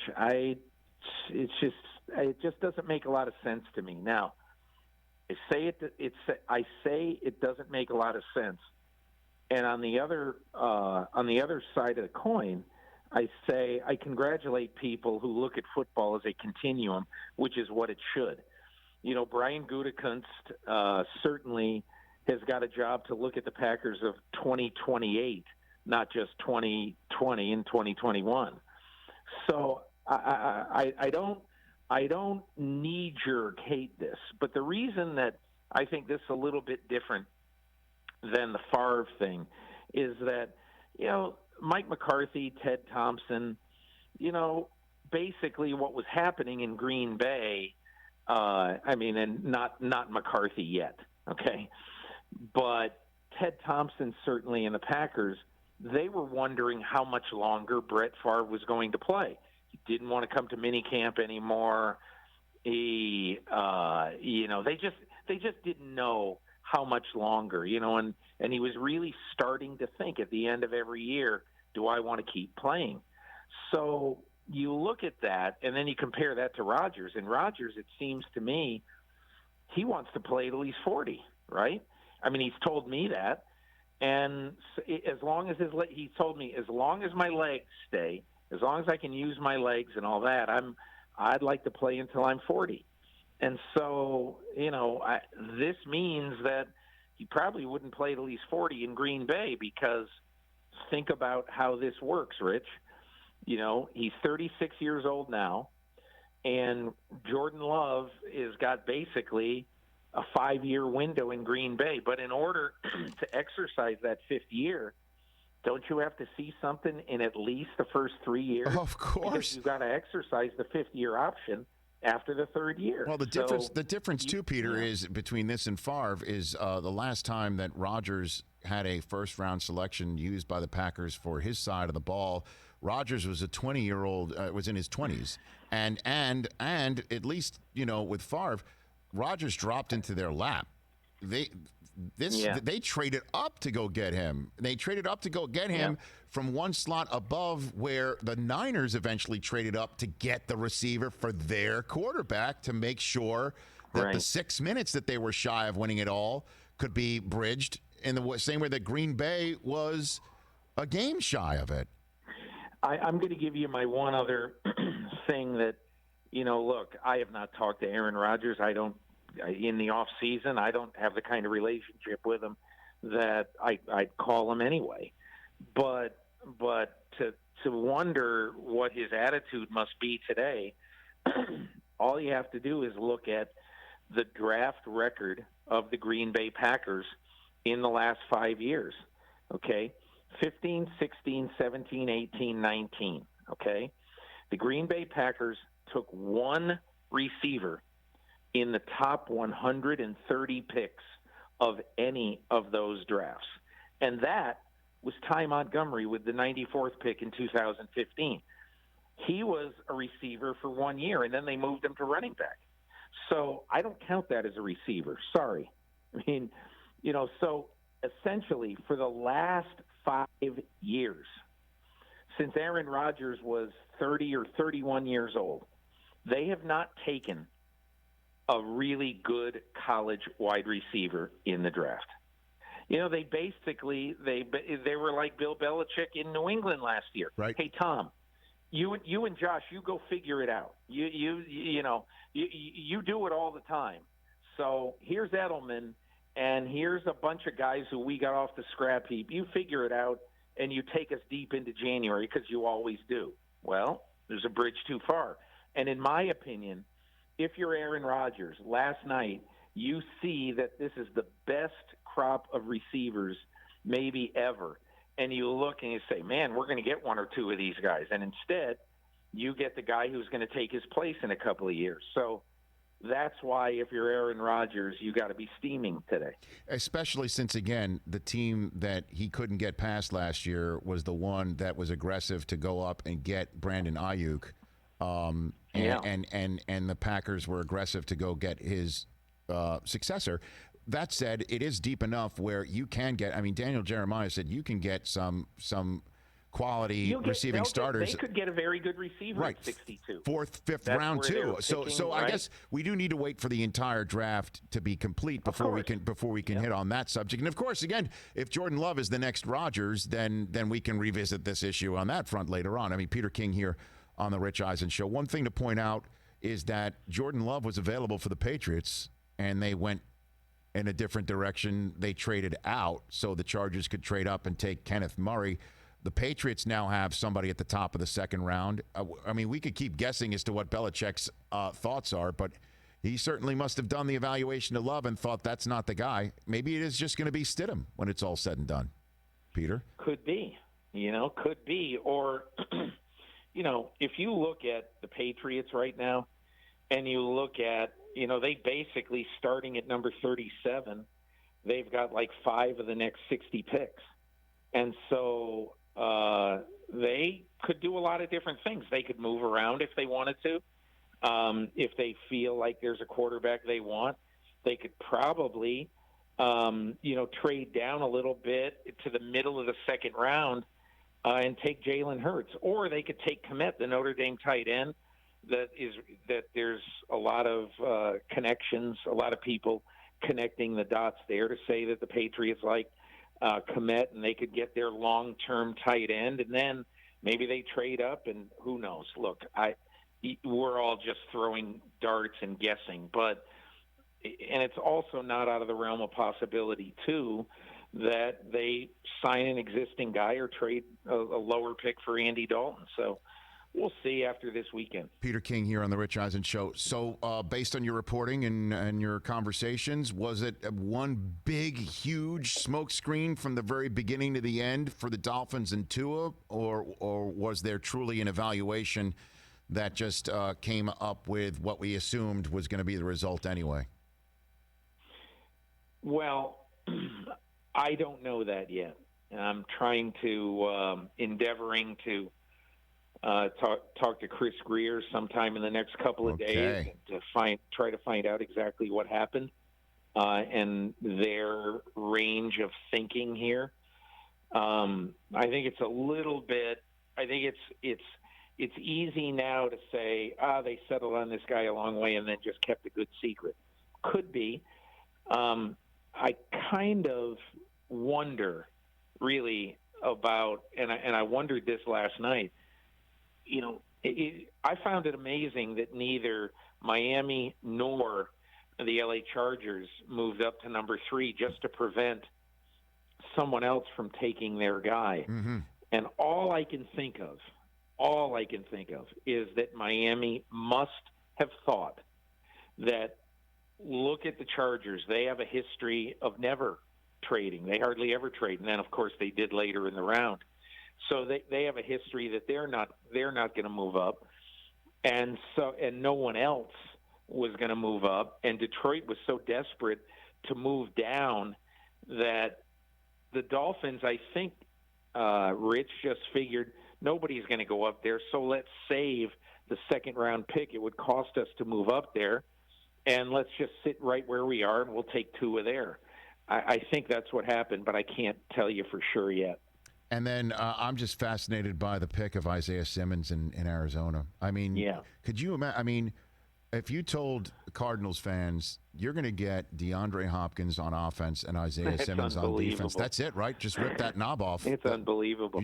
Rich, when I was doing my mock draft last Thursday, Friday, Saturday, Sunday, talking to people all around the league, somebody who I trust implicitly said to me, okay, I was going through what I thought was likely, and he said, do you have Isaiah Simmons there at 8? I said, yes. And he said, give Steve Keim Isaiah Simmons, because Steve Keim, unless there's a desperate need, Steve Keim, among all of us in the league, is a take the best player.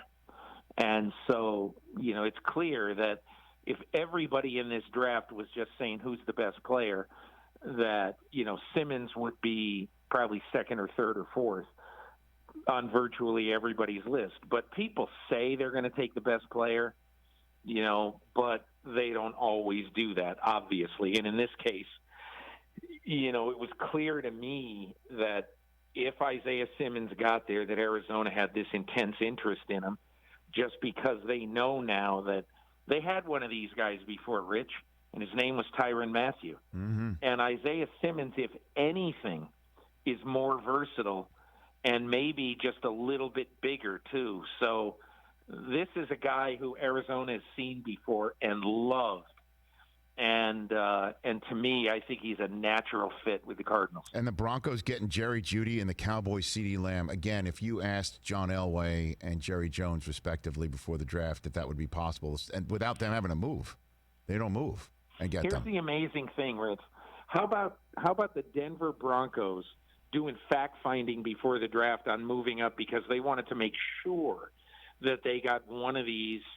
I heard it was either Jeudy or CeeDee Lamb, that they wanted one of those two guys, and they had to come out of this draft with one of them, and they couldn't do it. They couldn't make a deal that they felt was satisfactory to them. So they sat there.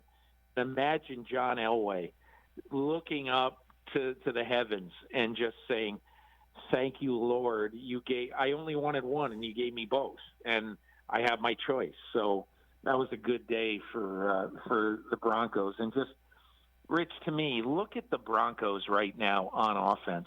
Look at an under 25 quarterback, an under 25 running back who's had 2 straight 1,000-yard seasons. You got Cortland Sutton now and Jerry Jeudy. You got Noah Fant. I mean, I honestly, I don't mean to be corny. I'm really, really excited about watching Denver's offense this year. Yeah, and then you throw Melvin Gordon in, because I assume you're referring to. Yeah, I forgot Lindsey. Melvin Gordon, which you shouldn't do, obviously. Right. I mean, and then the Cowboys with CeeDee Lamb now. I mean, that was tremendous. He's got to be happy about that. That was, to me, I understand. It was a great thing for them and all that. I get it. Man, the Cowboys are going to have to win an awful lot of high-scoring games. They've got some needs on that defense, particularly in the back end. And Dak Prescott better throw for 5,500 yards this year. Peter, appreciate the time. I know you've got you're chatting with Joe Burrow, which I'd let everybody know is a fantastic Hall of Fame flex by you. I really appreciate that. Thanks a lot, Rich. Really appreciate it. Yeah, before you go, the question is that Chris Brown wants to know is, did they send him all? Let him ask this for us. Did they send him all 32 hats in the NFL, or did they just send him the Bengals hat? I am going to ask him that question. There you go. That's a great question. Why would they? But who knows? Maybe they did. Because they're the Bengals, and you got to be careful. Take care of yourself, Peter. Thanks for the time. See you guys. Bye. That's Peter King. His Monday morning column, Football Morning in America, that's seen on NBC Sports and read on NBC Sports, ProFootballTalk.com. I mean, will be just a must-have. And you heard he's getting all this together.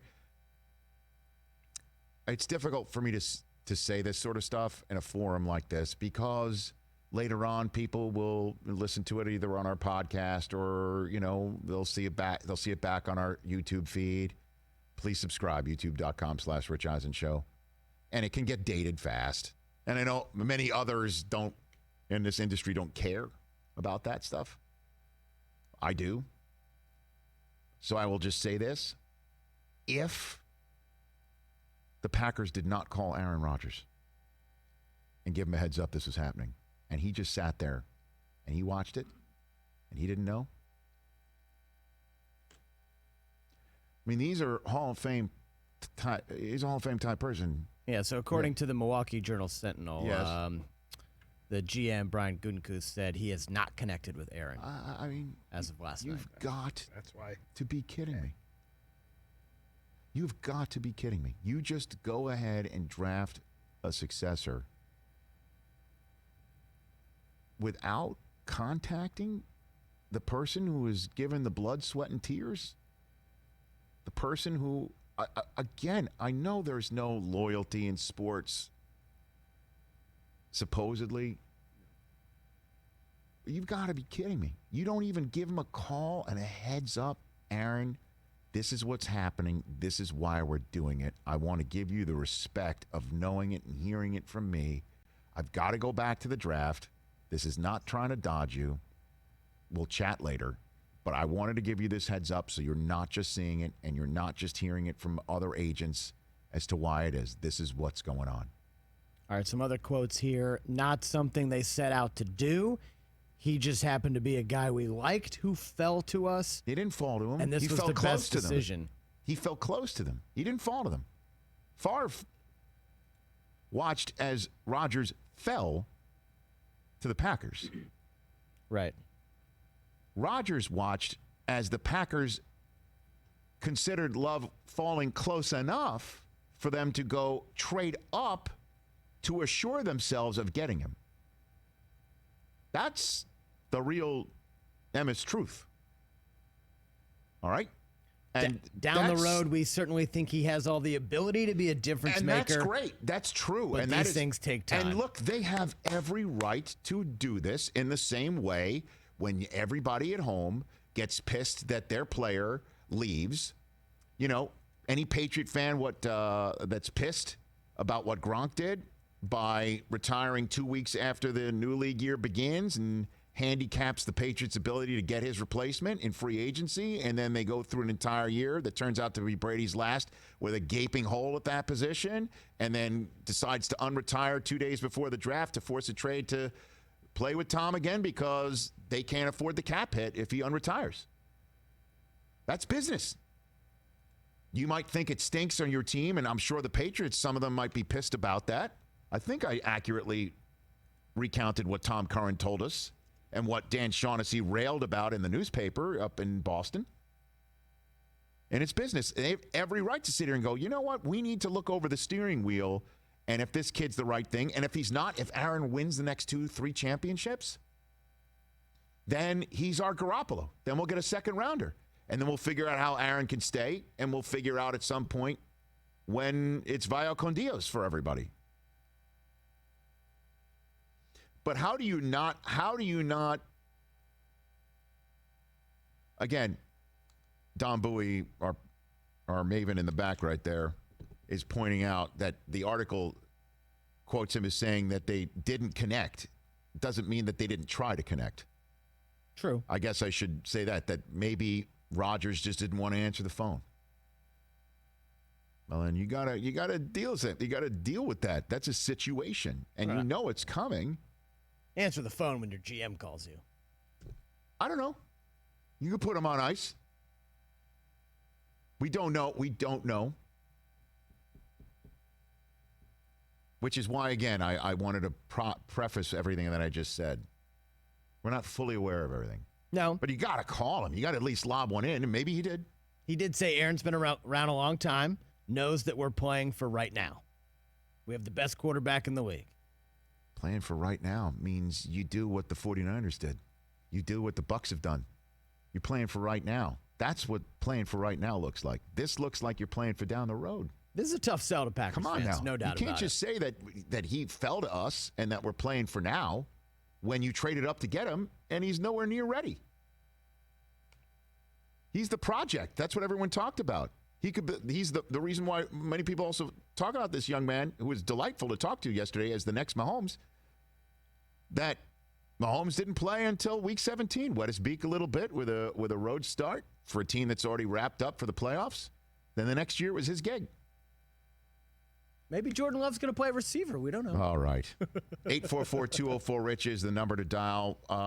David Bakhtiari was live on NFL Network, on the NFL, not on NFL Network, in the NFL Draft-a-thon room when this happened.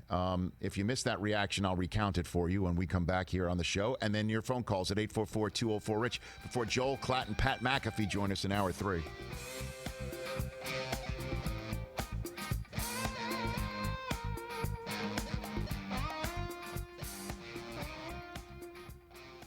That's why I asked. Well, again, Gutekunst isn't going to say, hey, I tried 3 times, but he didn't answer his phone. Like, his basically says we didn't connect is one way to put it. So you need to. I guess we do need to make sure that they didn't connect wasn't for a lack of trying. Yeah, we don't know if he tried to connect. Well, you know what? It's something that will work itself out. Knock on wood if you're with me, where there's football. Aaron Rodgers is going to play. And you'll hear Bakhtiari's response. You got something? Oh, so, yeah. Before the draft yesterday, just chilling with Cage. Yep. He's wearing the Matty Ice outfit. I like it. And then I got vomited on. Hey. Yeah. Congrats. Yeah, it was pretty great. So I was wearing a Patriots shirt, before the draft started. Wasn't sure. I was watching Dave this week's episode. Very of good. Dave. Wasn't sure if that was an omen for the Pats draft tonight. Yesterday. And they traded out kind of like nothing. They traded up. Yeah. Then I got vomited on 2 more times after that. It's good luck in some places. Yeah.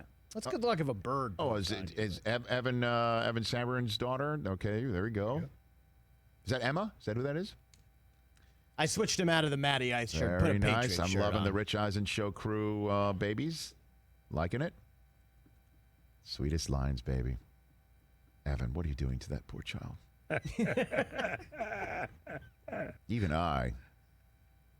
I understood that my children. No Jet stuff.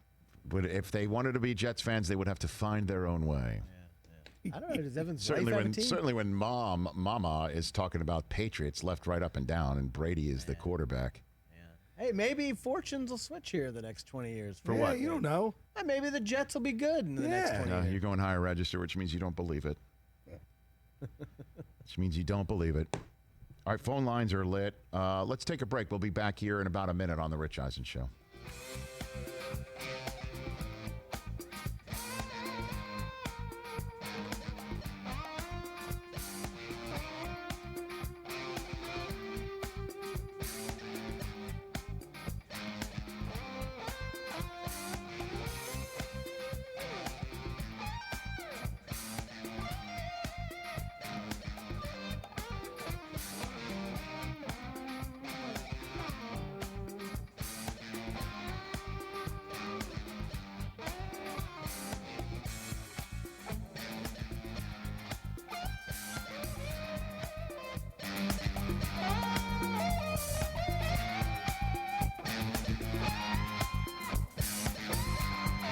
If you missed any of this show, you can listen to it whenever you want on demand, thanks to our friends at Podcast One. All 3 hours of The Rich Eisen Show is every day. A fresh batch of pods will be up there every day, all 3 hours. Listen and subscribe, please.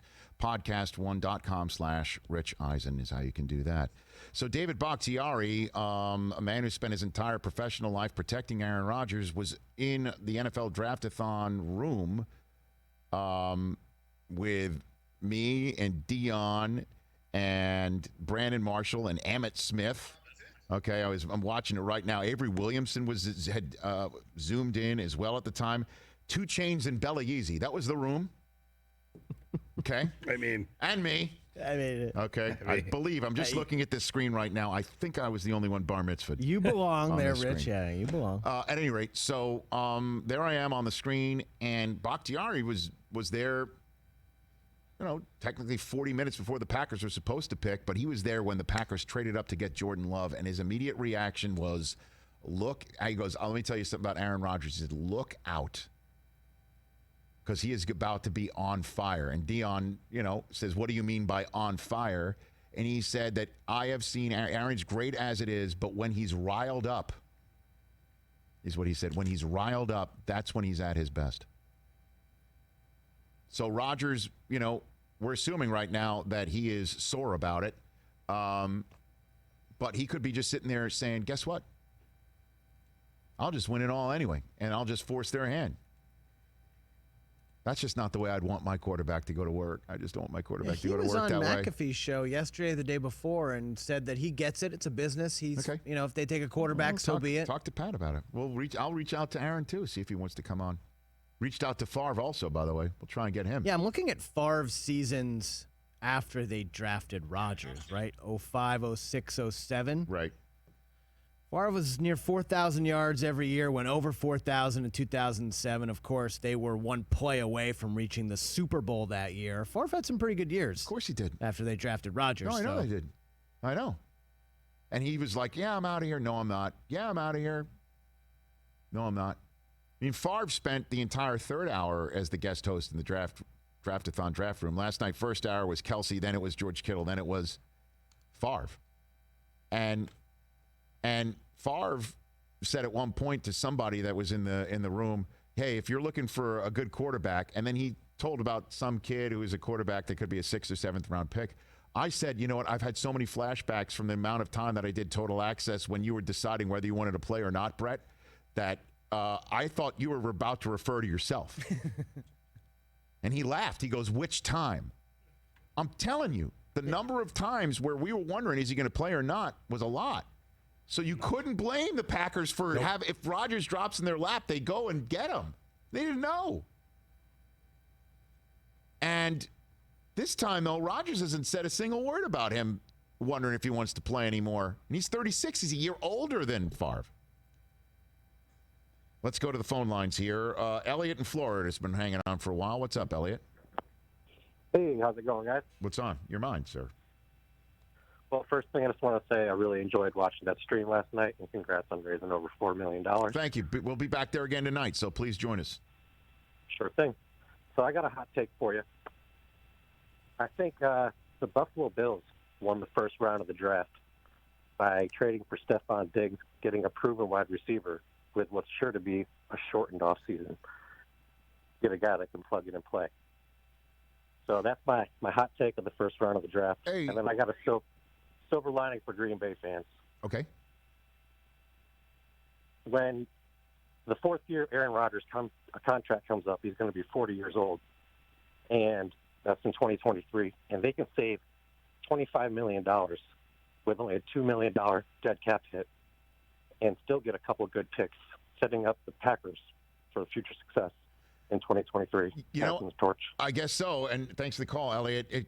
I don't know if it's going to get that far. I don't know off the top of my head, because the minute that the guaranteed dollars start drying up is the minute that Aaron Rodgers will be like, I want out of here. Send me to a place that you want. Send me to a place that I want to go to where I can win. Or he could force the hand by just being like Brady. Like, I'll just keep winning Super Bowls and then see what happens.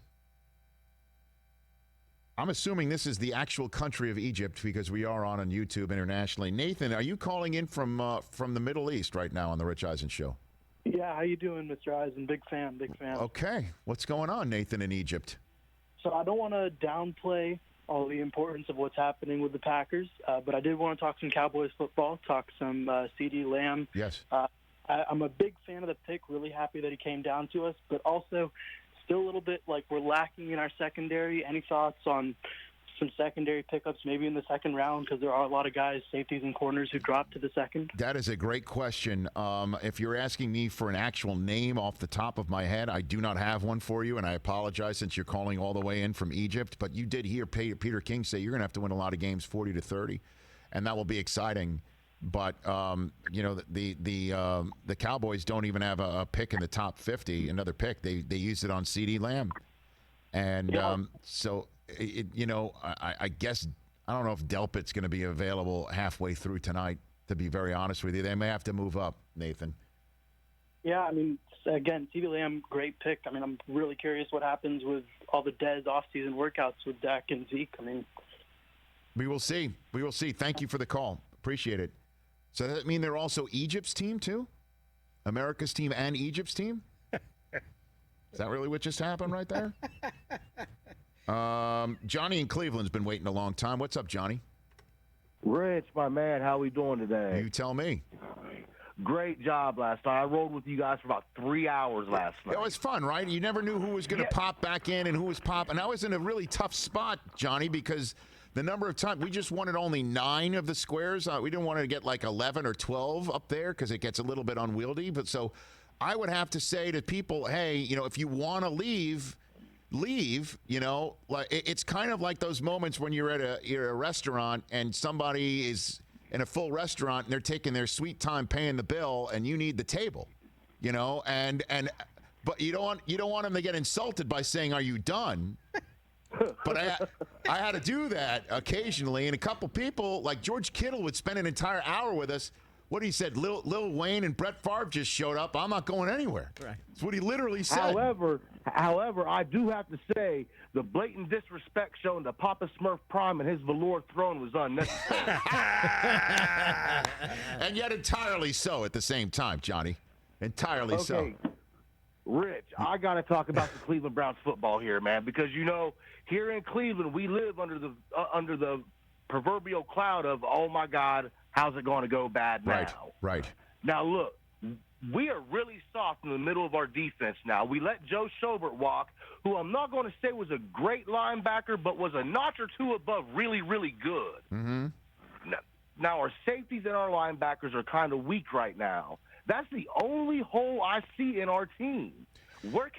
How can we possibly shore that up in the next 2 days? Well, I mean, again, I love the pick of Wills, and I think you're kind of getting to the point where it's fine-tuning for what I don't know, because the quarterback is the question, and you want to ask about where could this go wrong. That's exactly where it could go wrong. Break it year for half. I know, and thanks for the call. Thanks for the call, Johnny, and I look forward to seeing you on the Draftathon stream tonight. This is it. Odell's not going anywhere. Jarvis is coming back. Nick Chubb is a dynamite running back. Kareem Hunt is there. They got Conklin to shore up an offensive line. They just used a draft pick to shore up even further. You make Austin Hooper the best paid tight end.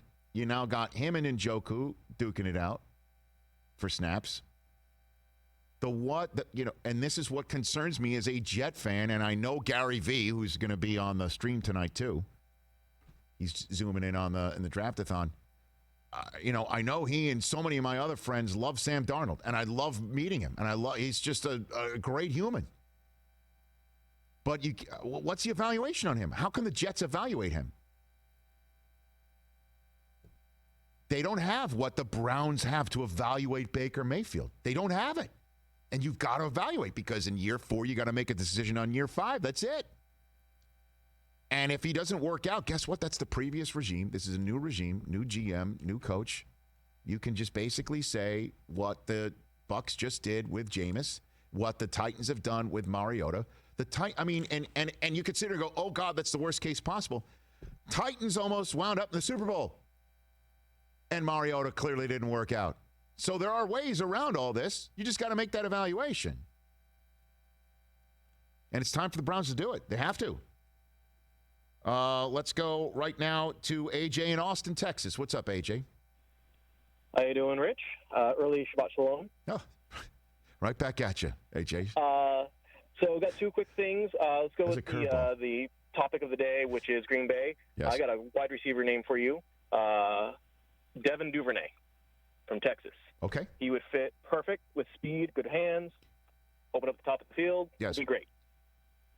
Well, yes. Go ahead. No, none of what I've had to say, and thank you for the call, AJ, and for the Shabbat Shalom to you as well. I just want to finish up this hour before we get to Joel Klatt, Patrick McAfee, and all of your phone calls in hour 3. I just want to put this hour's button thusly.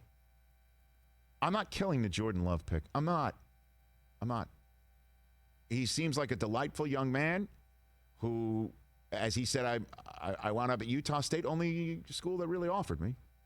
He's making the most of his opportunity, and his opportunity now is in a jewel of a franchise, in a quarterback room with one of the all-time greats, and not just one of the all-time greats, but one of the all-time greats with freaky athletic ability. as Jordan Love supposedly possesses. So that's fortunate too. And we're assuming Rodgers is sore and will treat Love the way that Favre treated him. Maybe not. And can Love turn into the next Rodgers? I would say nothing but the best of luck to that, to him and everybody in the Packers organization that just made that pick. I'm not killing it. I can't sit here and say it won't happen. This is terrible. You know, this will be my freezing cold take to play back 2 or 3 years from now. I don't care about that stuff. I'm just saying right now, Rodgers is 36. You want to win now? The way to win now is not do what they did. And you can't sit here and say, we had him fall to us. He didn't. He fell close enough to you for you to go get him. And if they haven't reached out too far to Rodgers, there's your Freudian slip, get on the horn. And if he's not, you haven't connected, that's the words that I guess Gutekunst used yet, they haven't connected, which you can read into say, well, we tried. Well, you got to keep trying, because this is the guy that can get the Packers to the promised land now and next year in 2022, 2023. And the end game scenario is arriving for Aaron Rodgers in Green Bay, and I hope they handle it better than the last time this happened with a goat, because that was ugly. Joel Klatt from Fox Sports, Pat McAfee, America's sweetheart, and you, hour 3 on this Draft Friday.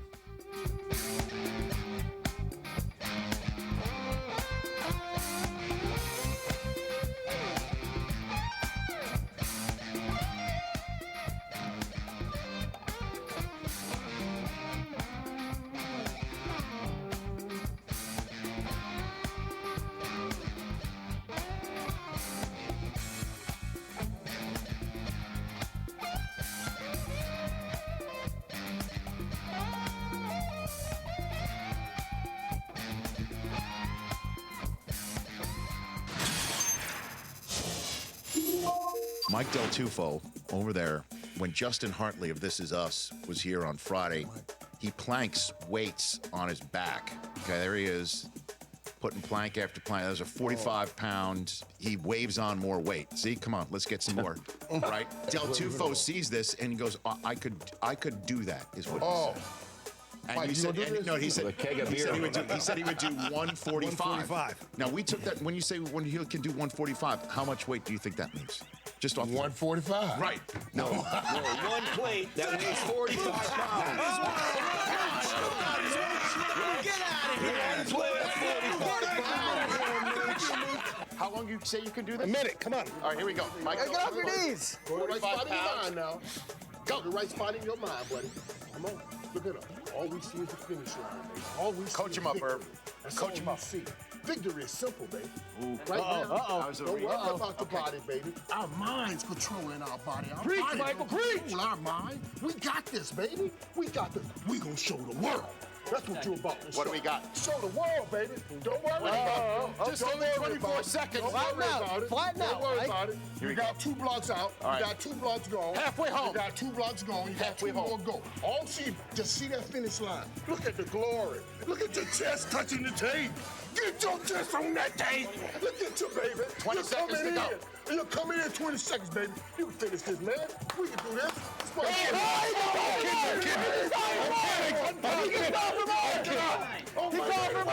kidding. 10 pounds. Be a man. Be a man. Get up there, buddy. Where you go, baby? Where you go? Think about it, young lady. I do that every day, people, at the gym. I can't tell. I do it.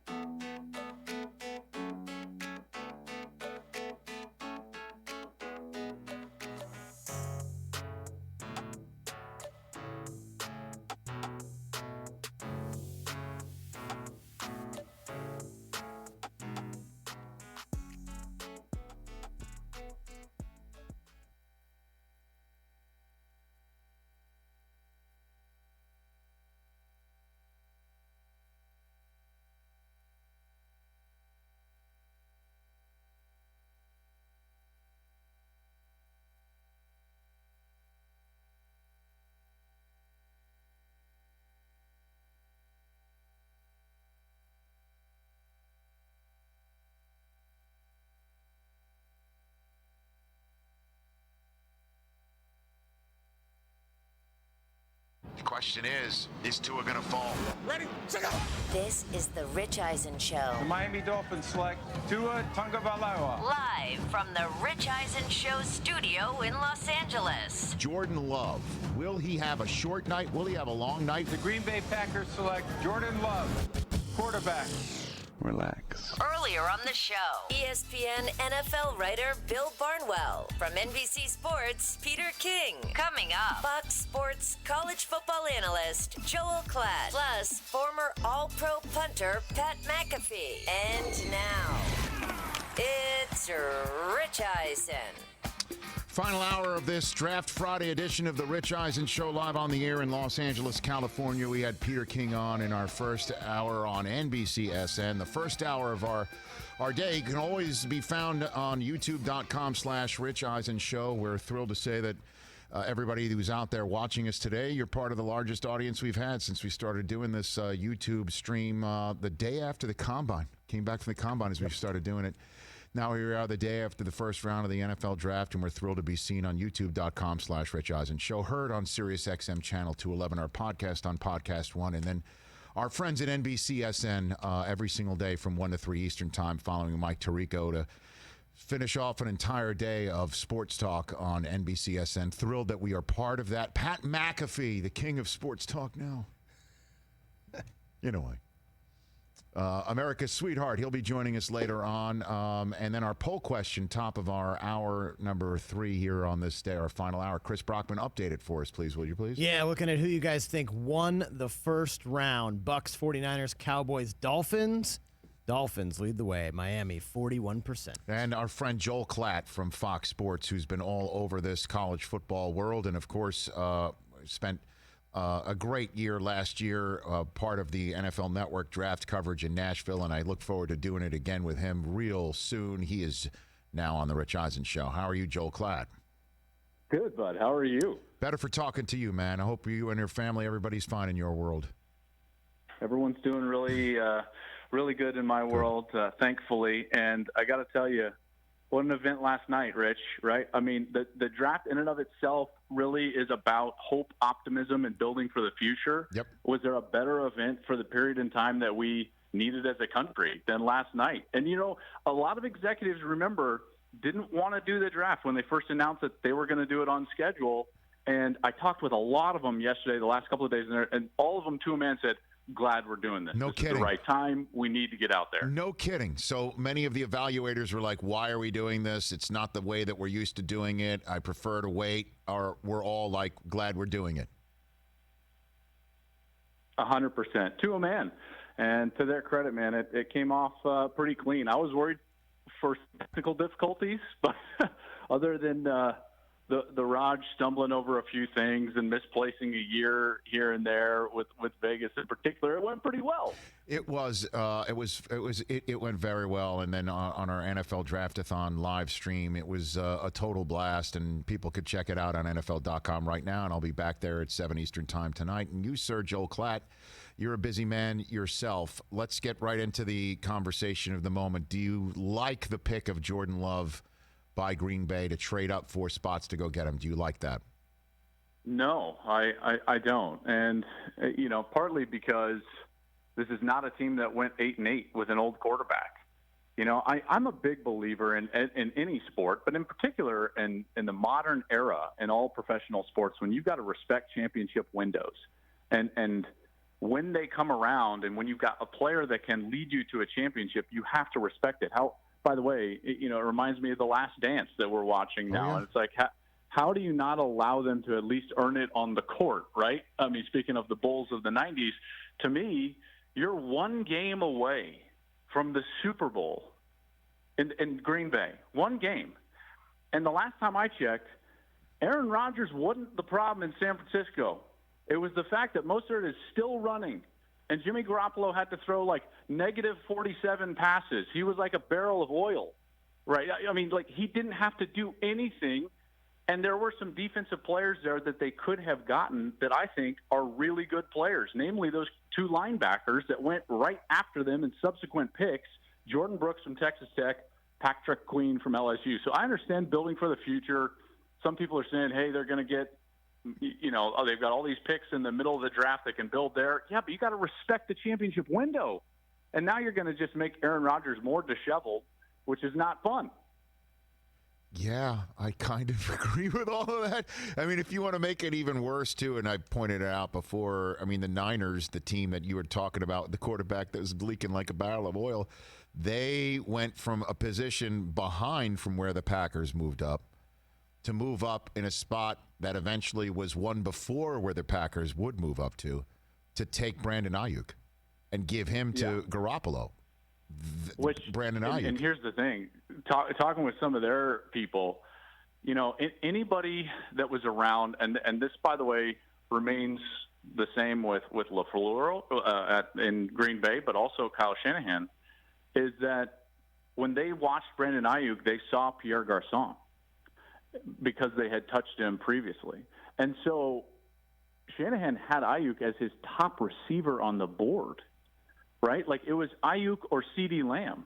And so from his standpoint, he not only goes and gets a weapon that he deemed a position of need, the top wide receiver amongst that position on his board, but it's clearly something that maybe they struggled with, right? You could even say in the Super Bowl, they needed another target. It couldn't just be Kittle all day long for Jimmy Garoppolo. They needed a wide receiver, and now with some of the exits that they've had in the offseason, they needed to fulfill that position to respect the championship window, and they did it with a guy that they like. No one can say from Green Bay that pick made them better for next year. That's the problem. Joel Klatt here on the Rich Eisen Show, and then channel your inner quarterback. So how do you think Rodgers truly is feeling right now? Because we're hearing Brian Gutekunst has not spoken to him, and that could be read in many different ways, because Gutekunst is not going to come out and say, well, I tried him 3 times, and I got sent to voicemail 3 times. So he's not going to say something like that. How do you think Rodgers truly does feel right now? Well, imagine for a moment, to make just a really bad reference, imagine just for a moment you're Jeff Gordon in your prime, and they give you a car that is not as good as everybody else's car, and they expect you to go win the Daytona 500. How would you feel, right? I mean, give him some weapons. It's like Brady with New England. I think it's what probably soured his relationship in New England. It's like, you want me to do what with what? Guys, you got to give me something here.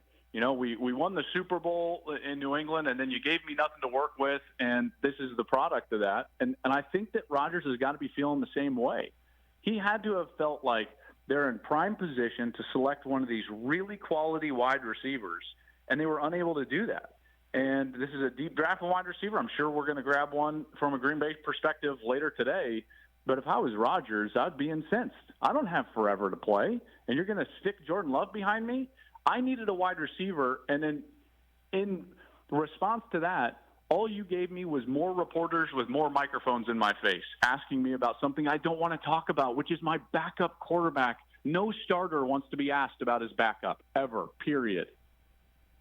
Joel Klatt here on the Rich Eisen Show. I knew you'd have the perspective that would be fresh and interesting. And the Tua pick, let's get to the Tua pick right now. Do you like that over Herbert?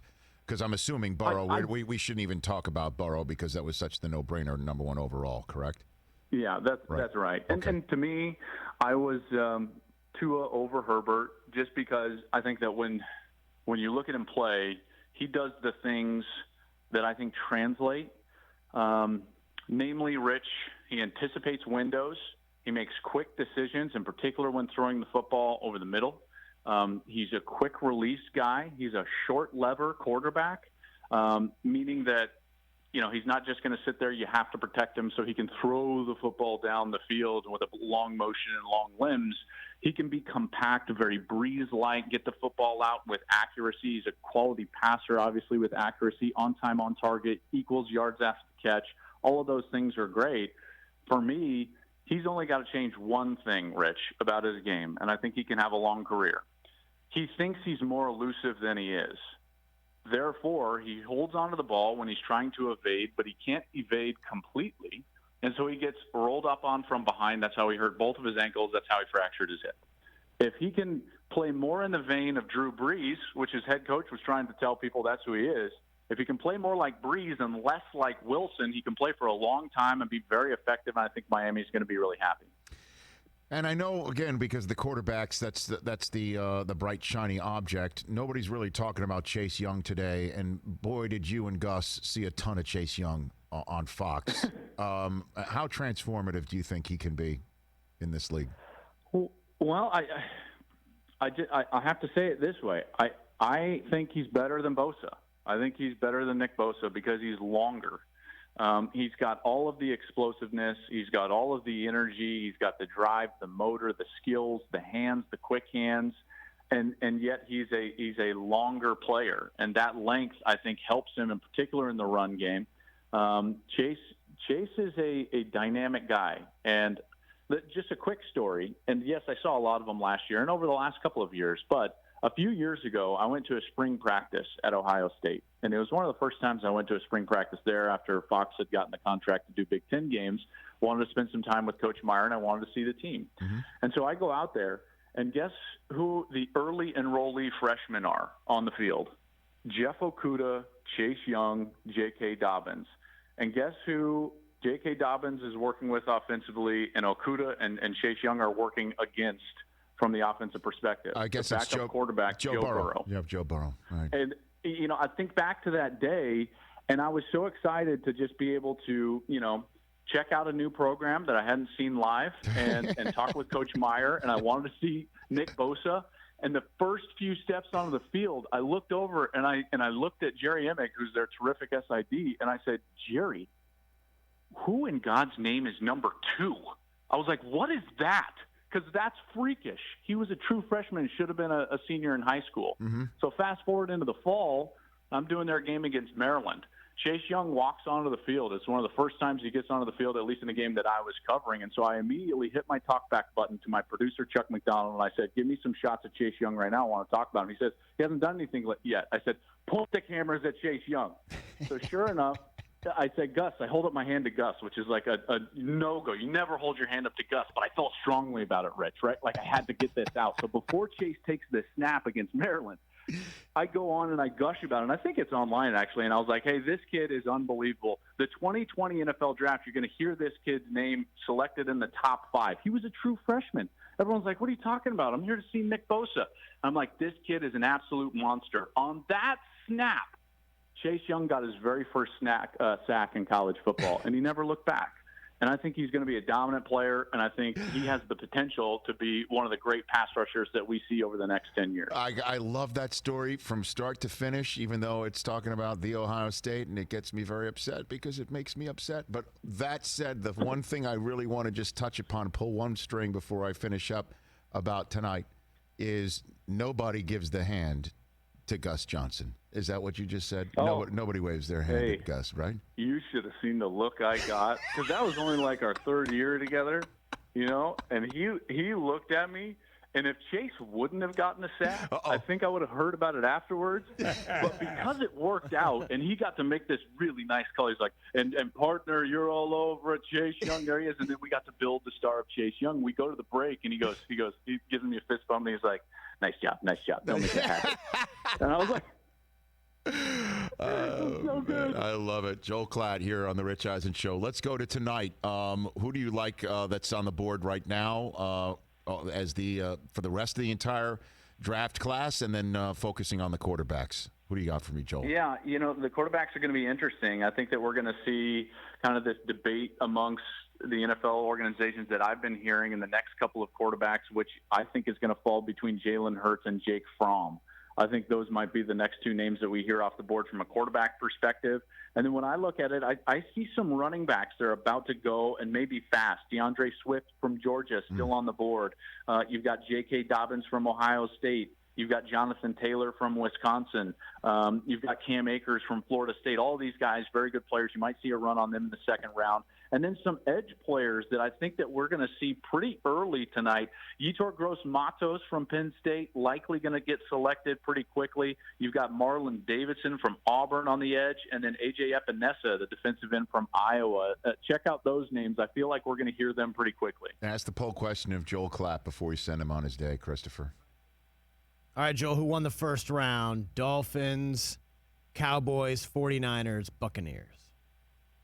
I'm going to go 49ers. It's just ever since this guy, John Lynch, came into the league as a GM, no doubt, he's been masterful in the draft, guys. He really has. He trades down again and gets the guy that he targeted in Javon Kinlaw. Then he goes up to get the wide receiver that his head coach covets. So they, in large part, probably got what they feel like is the number 2 pass rusher, defensive lineman in the draft in Javon Kinlaw. And then they get their number 1 wide receiver in Ayuk. So I go with the 49ers. I think they had a great night. Yeah, and he also drafted Deebo Samuel last year. Just throw that one out there, too. And everyone's looking for their own Deebo tonight. That's for sure, in the second round. Everyone is hoping to strike the same gold. And then you just move around the draft board because they still got Kinlaw by getting a 4th rounder from Tampa, which moved up to take Wirfs. And then they later flipped that 4 to go and move up and get Ayuk. I mean, that's the way you work a draft board, pretty much, right there. That is exactly right. And John Lynch again, and he does this every year. It doesn't seem like we just talk about how he just is really good, methodical when it comes to the draft. I'm glad you didn't ask me about the Giants because I don't want to repeat about of what happened last year. Well, they got protection for Daniel Jones, Joel. They did. Right? And they overdrafted another player for the 3rd straight year. But you know what? If it works out, it works out. And you know what, Giants? Not going to criticize. Not here to talk about the Giants, So which one do you dislike more, the Daniel Jones pick or the Jordan Love pick? Oh, Jordan Love. Oh, wow. Whoa. That is particularly strong then because you were strong about Daniel Jones last year. My God. The only thing I was strong about with Jones is that I felt like they could have got – it was more the value than it was the pick. Like, Jones was a first-rounder for sure, and I just thought that they could have got him with their second. Remember, they had 2 picks. I believe it was like 18 and 5 maybe, something along those lines, or 6. Yes, 6. And they took him with the first one, and I just thought, you know what, you could have gotten a great defensive player and then manipulated the board to select Jones at 12. So I was more upset with the value. This one, though, like – really? You're 60 minutes from the Super Bowl. Mostert's still running. Garoppolo threw 8 passes, whatever it was, and you drafted Jordan Love? Like what? What are we doing? And again, he sees the team that beat him be aggressive to get the receiver, and then he sees Brady's new team go and get the tackle to protect him. I mean, just to put it all in perspective. But there is still 6 more rounds of the draft. We'll see. Who knows? You never know. I'll just throw that out there. Thanks for the call, Joel. You're the man. I appreciate it, guys. Rich, always great talking with you. Enjoy the night, bud. You too. A pleasure. Joel Klatt, who I should have been working with in Las Vegas tonight, unfortunately. Just phoning in here on the Rich Eisen Show. Just as everybody else is, 844-204-RICH. Everybody stay on hold. Enjoy the chat I'm about to have with Pat McAfee, and then we'll empty the phone banks. That's the way we're rolling here on our final hour of this Draft Friday edition of the Rich Eisen Show.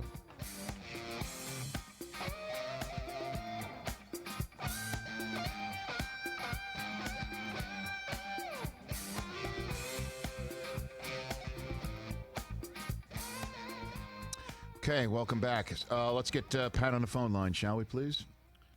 Let's do that. Joel Klatt. I mean, perfect answer. You do not, if you are the starting quarterback, ever want to talk about your backup. And now that's all that management is going to bring about him. You never want to our microphones. Yeah, you never want to talk about your replacement. Like Jeff Walker of Fox Sports. Great guy. You never want to talk about him. I'm over. I'm done. I've turned that page. Even though Kevin Harlan came on and talked about how beautifully he's not my replacement. He put. I mean, he could. I mean, he talked about how the ball that Kawhi was put up that bounced on the rim 15 times before it dropped to beat the Sixers those years ago last year. Nah, great sound. Don. He says there's a new number 1 seed in draft war room. Did you see Cliff Kingsbury last night? Come on. Look at that. Is that Fantasy Island? What the hell? Is he Mr. Rourke? Actually, we haven't talked about the best one. Is that James Bond? Is that Daniel Craig's war room? No. What the Jerry hell? Jones was James Bond. Well, I mean, he's on a boat. By the way, Jerry Jones, boat. Bond villain. $250 million yacht. And that's where you're making your draft from? That is. You win. But in terms of setup, I mean come Cliff on. There it is, right Look there. At that. I was like, what is this? And then I saw the round things. I'm like, and then I read up later that was the boat. So, by the way, hold on a minute. Give me Kingsbury. Can you toggle I'll take back the and boat. forth, Don? I know you got. I know, but just give me Kingsbury. Give me the boat, and then give me Jerry Jones. Yep, But whatever keep you on the can. boat. Come Who on. cares? So, Fantasy Island, and then Love Boat. The Love Boat. the Love Boat. It's true. Why I was he want the- social distancing from his daughter? I don't know. Jeez, Look at that. I mean, come on. Yeah. Have you seen this boat?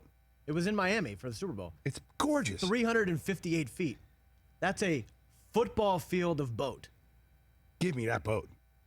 I would go. You'd never see me But again. Kingsbury. I mean, Yeah, people can get to you there. The boat. You're safe. and this is Belichick. There you go. Look at that. You see, I told you guys it would be a naked draft. Look at that's perfect.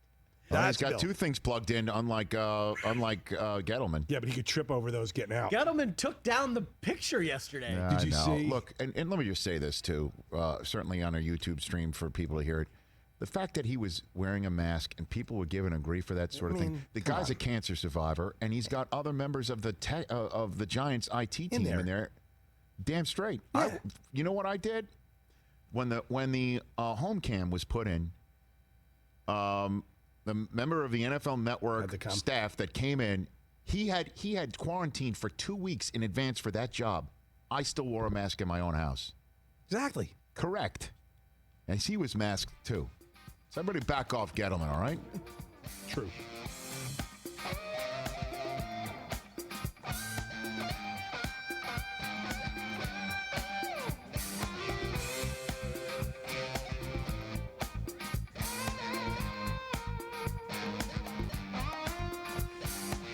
I love this guy, and I don't care who knows it. His show, could you say our show follows his on YouTube? Sure, why not? Yeah, of course. His show precedes ours on YouTube? Because the number of people that show up on our chat room talking about vitamins and whatever Pat McAfee had just talked about. Well, right now, Vitamins. everyone in the chat is just typing AJ Hawk for some reason. I don't know, because he does a show with AJ Hawk, and his show is also on Westwood One, and he's one of my favorite people. And I'm like, let us finish up our draft week on NBCSN with this man. He is Pat McAfee. How are you, Pat?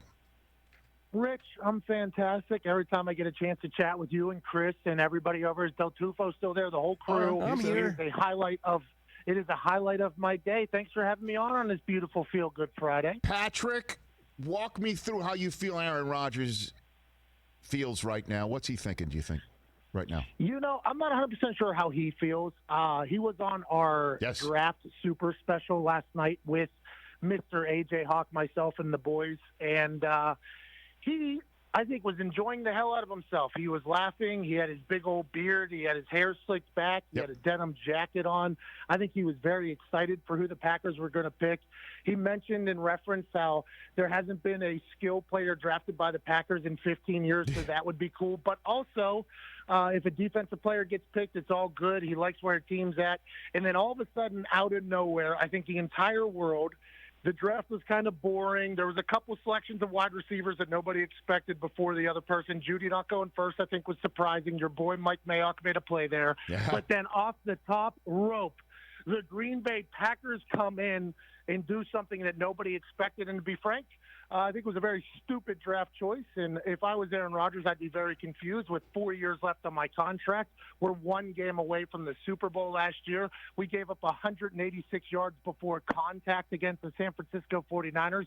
We have a lot of holes on our team. Let's go try to win a Super Bowl. But instead, here we are, drafting a backup quarterback. And this is no offense to Jordan Love, but I feel like if I'm Aaron Rodgers, I would be mightily pissed off. Yeah, especially, again, you know, I'll repeat myself what I've said before for the sake of our conversation here, Pat, is the 49ers, the team that, you know, who Mostert is still running, is the phrase that Joel Klatt used before our conversation here on the show.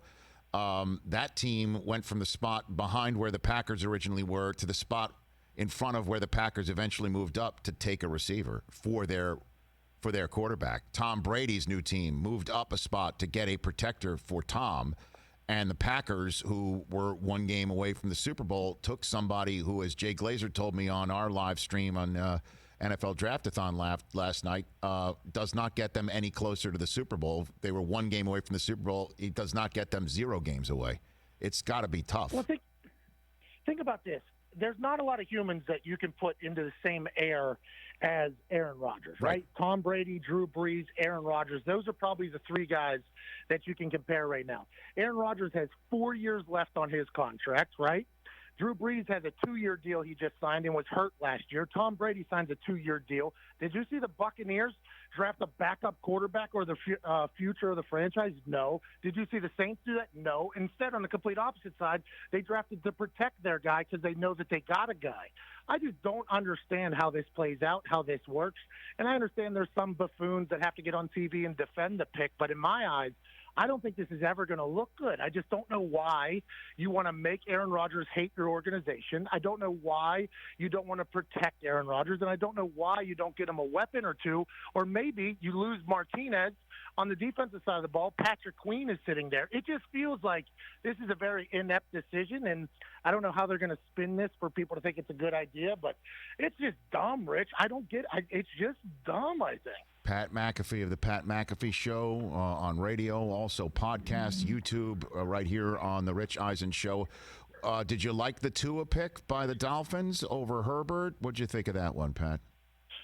I know that I can never listen to another word that Tannenbaum says. I know that. Tannenbaum, former general manager of the Dolphins, allegedly friends with the Ross family, the owner of the Dolphins. He goes on Get Up like a week and a half ago and says that it would be irresponsible to take Tua in the top 10. And that might have been a kamikaze mission sent by the Dolphins to go say that on the internet or on TV. But the narrative became that Tua's injury prone, Tua's not a top 5 pick. Everybody had him tanking going down the draft boards. And then there we are, number 5. Dolphins get their guy that we all thought they were going to take all along. I like Tua behind Fitzpatrick. That guy's played for 42 NFL teams and franchises. He's a smart guy.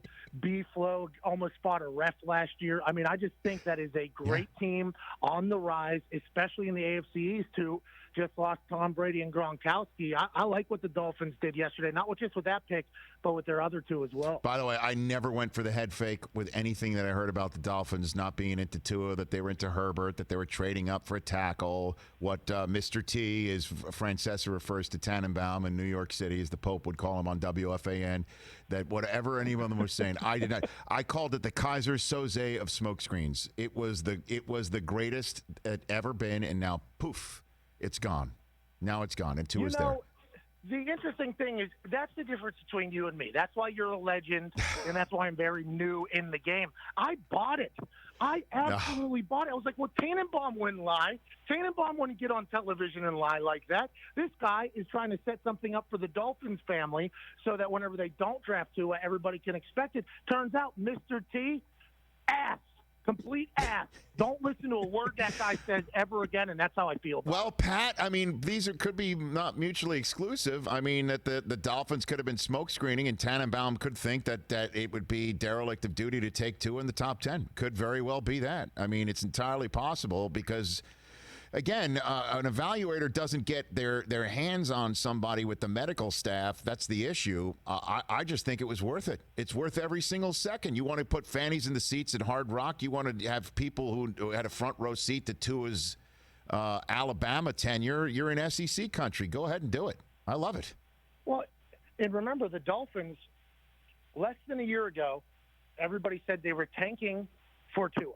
They traded out Tunzel, who has the greatest lungs in the history of the NFL. They got rid of Kenny Stills. They were making all these plays. But everybody forgot that when you have Ryan Fitzpatrick at quarterback, the man who has a brain from Harvard, a heart of a plumber, he's going to win games all by himself. And B-Flow, the same type of thing. You bring in Kyle Van Noy. They signed the wide receiver to a long-term deal. Now you have your quarterback of the future. Things are looking very, very much like they're on the upswing for the Dolphins. And it hasn't been like that for a long, long time. Oh, I love that. Brains of a Harvard man, heart of a plumber. That is Ryan Fitzpatrick, the anti-tank quarterback. There is no tanking in that man. There's only windows that he shouldn't throw into. That's about it when it comes to Ryan Fitzpatrick. Yeah, he'll run his face into a fan, too. I mean, he will absolutely do that. And he is way too smart to be doing the things that he does. He's an anomaly, but he'll win you 8-9 games whether you like it or not. Pat McAfee here on the Rich Eisen Show. So again, I was in the NFL Draftathon chat room all night long. I was keeping an eye on the linear television broadcast. Which home draft setup that you saw last night do you think is the one seed if we were to put it in a bracket? Which is advancing? Which is your favorite from last night? You saw. All right, let's talk about a couple here. We have to if we're going to do this. Bill Belichick in Nantucket with his kitchen table completely bare and the walls empty and the windows closed.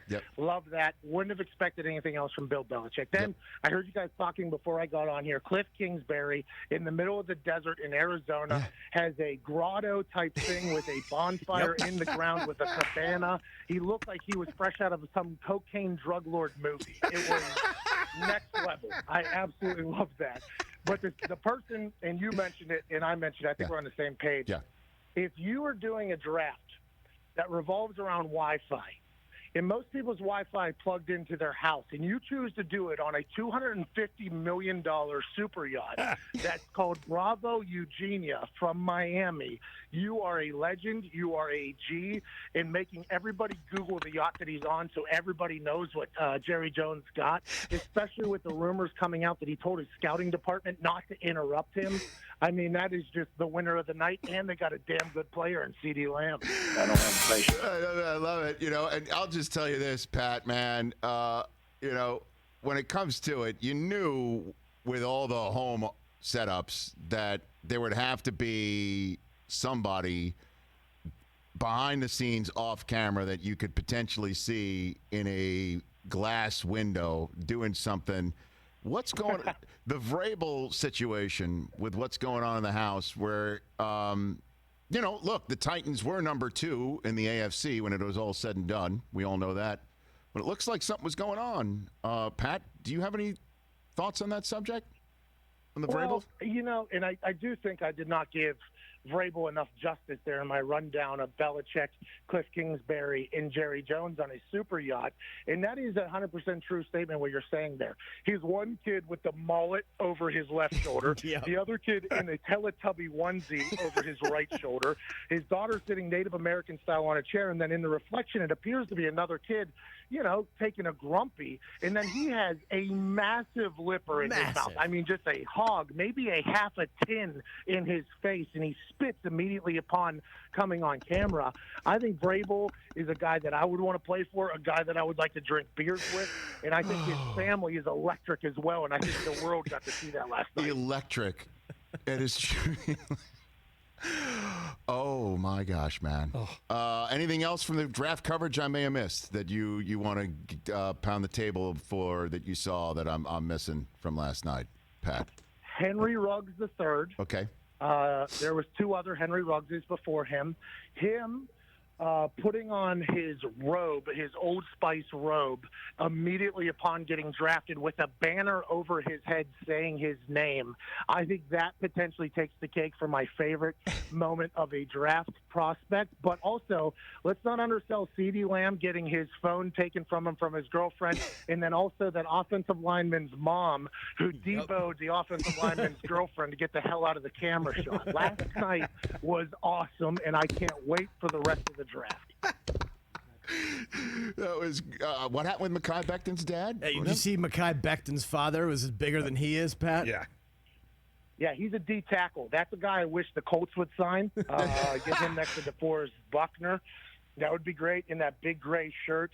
He looked like he could get out on a field and clog up some holes if he had to. And I think this year, the draft, I thought you guys were going to have a lot of problems over there at the NFL, to be honest with you, because we deal with the internet technology on a daily basis over here, as are you with YouTube and everything. I think it was very well done by everybody, including Roger Goodell, with a costume change in the middle of that thing and then hyping up the Zoom crowd every single time. I really think it was well done top to bottom.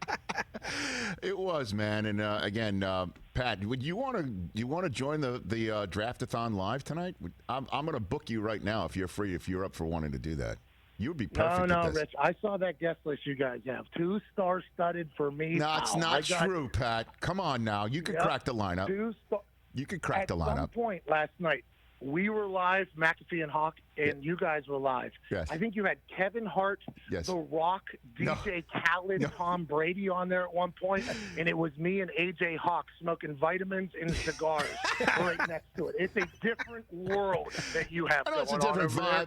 vibe. I know, but we didn't have The Rock. It was Stray, but he's still a superhero in his own right. But all right, before I let you go, Pat, everybody wants to play for Brady or with him. Gronk's coming back. What about you, Pat? You got any thoughts about coming out of retirement, maybe kicking some balls for the Tampa Bay Buccaneers? I've been hearing some noise from your world. What do you think? I'd be completely lying if I said I didn't go to my backyard and start punting balls this week. I mean, whenever you see Gronkowski come out of retirement, and I got a lot of friends that are older and free agents that I get along with very well that are calling me up saying, hey, let's go down to Tampa. Let's try to get a pinky ring, Super Bowl ring. I mean, there is definitely some thought on my end. I'm going to have to lose about 30 pounds because when I was punting this week, my thigh kept hitting my gut, which is a problem. But it is nice to know that I can still bomb a ball. I just have to figure out whether or not I can do it for the duration because it's been a couple of years here since I've really got on a workout schedule. But I would be lying if I said I did not see if I could go and try and make that Buccaneers team. You know what, Pat? And I would root for that because, again, you and Gronk in Florida together for Arians, sign me up, Pat. Sign me all the way up for that. 1,000,000%. Well, you got to remember, Clyde Christensen, quarterback coach, used to be a good golfer buddy of mine. Tom Moore, they're all there. Bruce, all of them. Those are all my people down there. Literally, all of my people down there. And it feels like they want to win, too. They're not drafting backup quarterbacks whenever they have a goat like other teams that are potentially in the draft. Oh, way to bring it full circle. But let's one last question for you before I send you on to the day. Let's spin forward to tonight and tomorrow. Who's the first punter going? Give me the punter breakdown. Who is going to get drafted, Pat, for the brand? I have no idea punter-wise. There's a couple guys that kind of have a similar leg, but look for old Hot Rod, respect the specs out of Georgia to get picked up within the next day or so. Okay. I think there's a couple places that need a kicker, and I think old Blankenship down there, who's had a rap song with Offset and has kicked in SEC championships and national championships, is going to be the first guy off the board.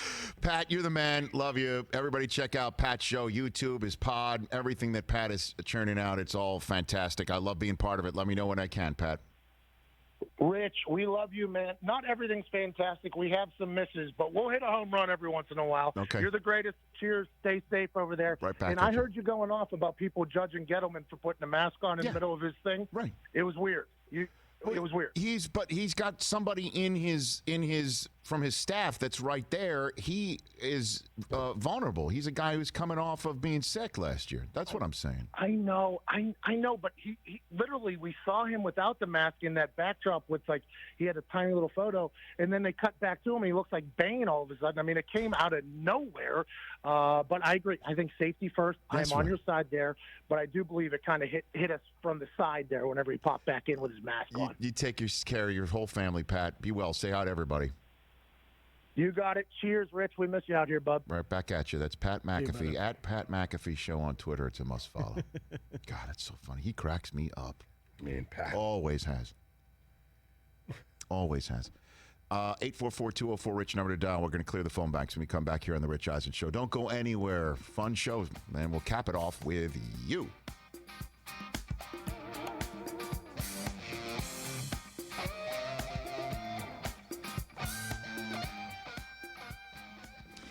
Okay. So funny. Man, Pat is just a grumpy. Is that what it's called? Well, taking a grumpy? I've never heard that one before. He comes up with phrases I've never heard before. Is that what it's called? I've never heard that I before. look to you. You're the youngest No, guy I here. don't. I've never heard that before, but it's pretty funny. Guy cracks me up, man. Brains of a Harvard man and a heart of a plumber. I mean, Ryan Fitzpatrick. I mean, brains of a Harvard man. Heart of a plumber. I mean, where does he come up? I did not see that Kingsbury setup. Honestly, that's like a cologne ad, isn't it? I mean, it looks like the old. Oh my God, that's a cologne ad. Look at that. No socks, dress shoes, loafers.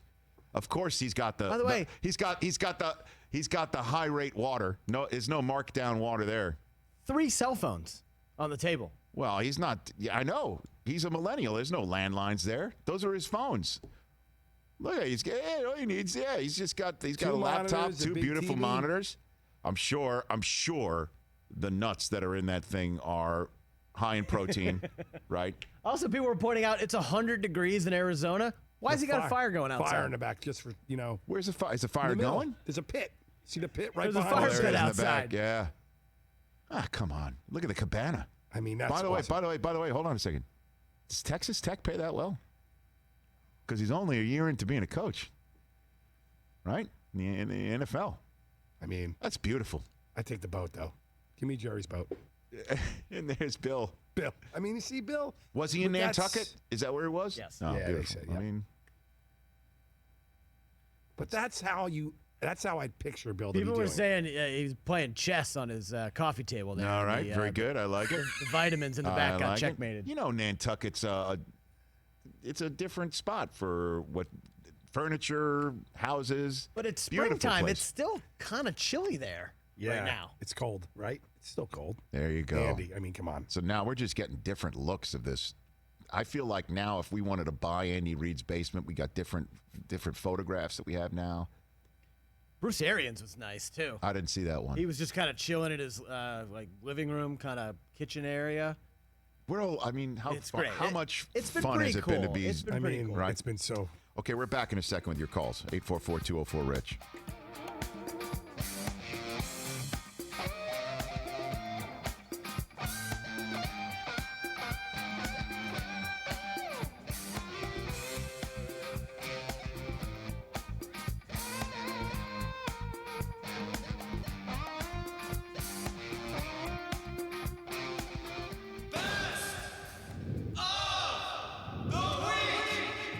The minute we saw Andy Reid in his draft room, he had us at hello. Thomas Dimitroff. Look what he did. He knew who he's talking to. Look who he's got. Yes, you on the monitor. He's got me on the monitor. Got you on the monitor. We are looking for a speed merchant in the 7th round, maybe the guy on the screen. You requested Mike Mayock, and I got from Mayock this photograph. I said, not your view from your draft room, your actual setup, to which he then responds, I know what you meant. That's how Mayock played along. Now, I will say this. Yes. Eli Manning doesn't get enough respect. You're preaching Eli to the choir. Manning beat Tom Brady at his peak twice in the biggest show on earth. And you know he's still sitting 4 seats away from Archie at Thanksgiving dinner, and I don't think it's right. I see how the family dynamic is. Peyton. It's like Marsha. Yeah, records. I beat Brady twice.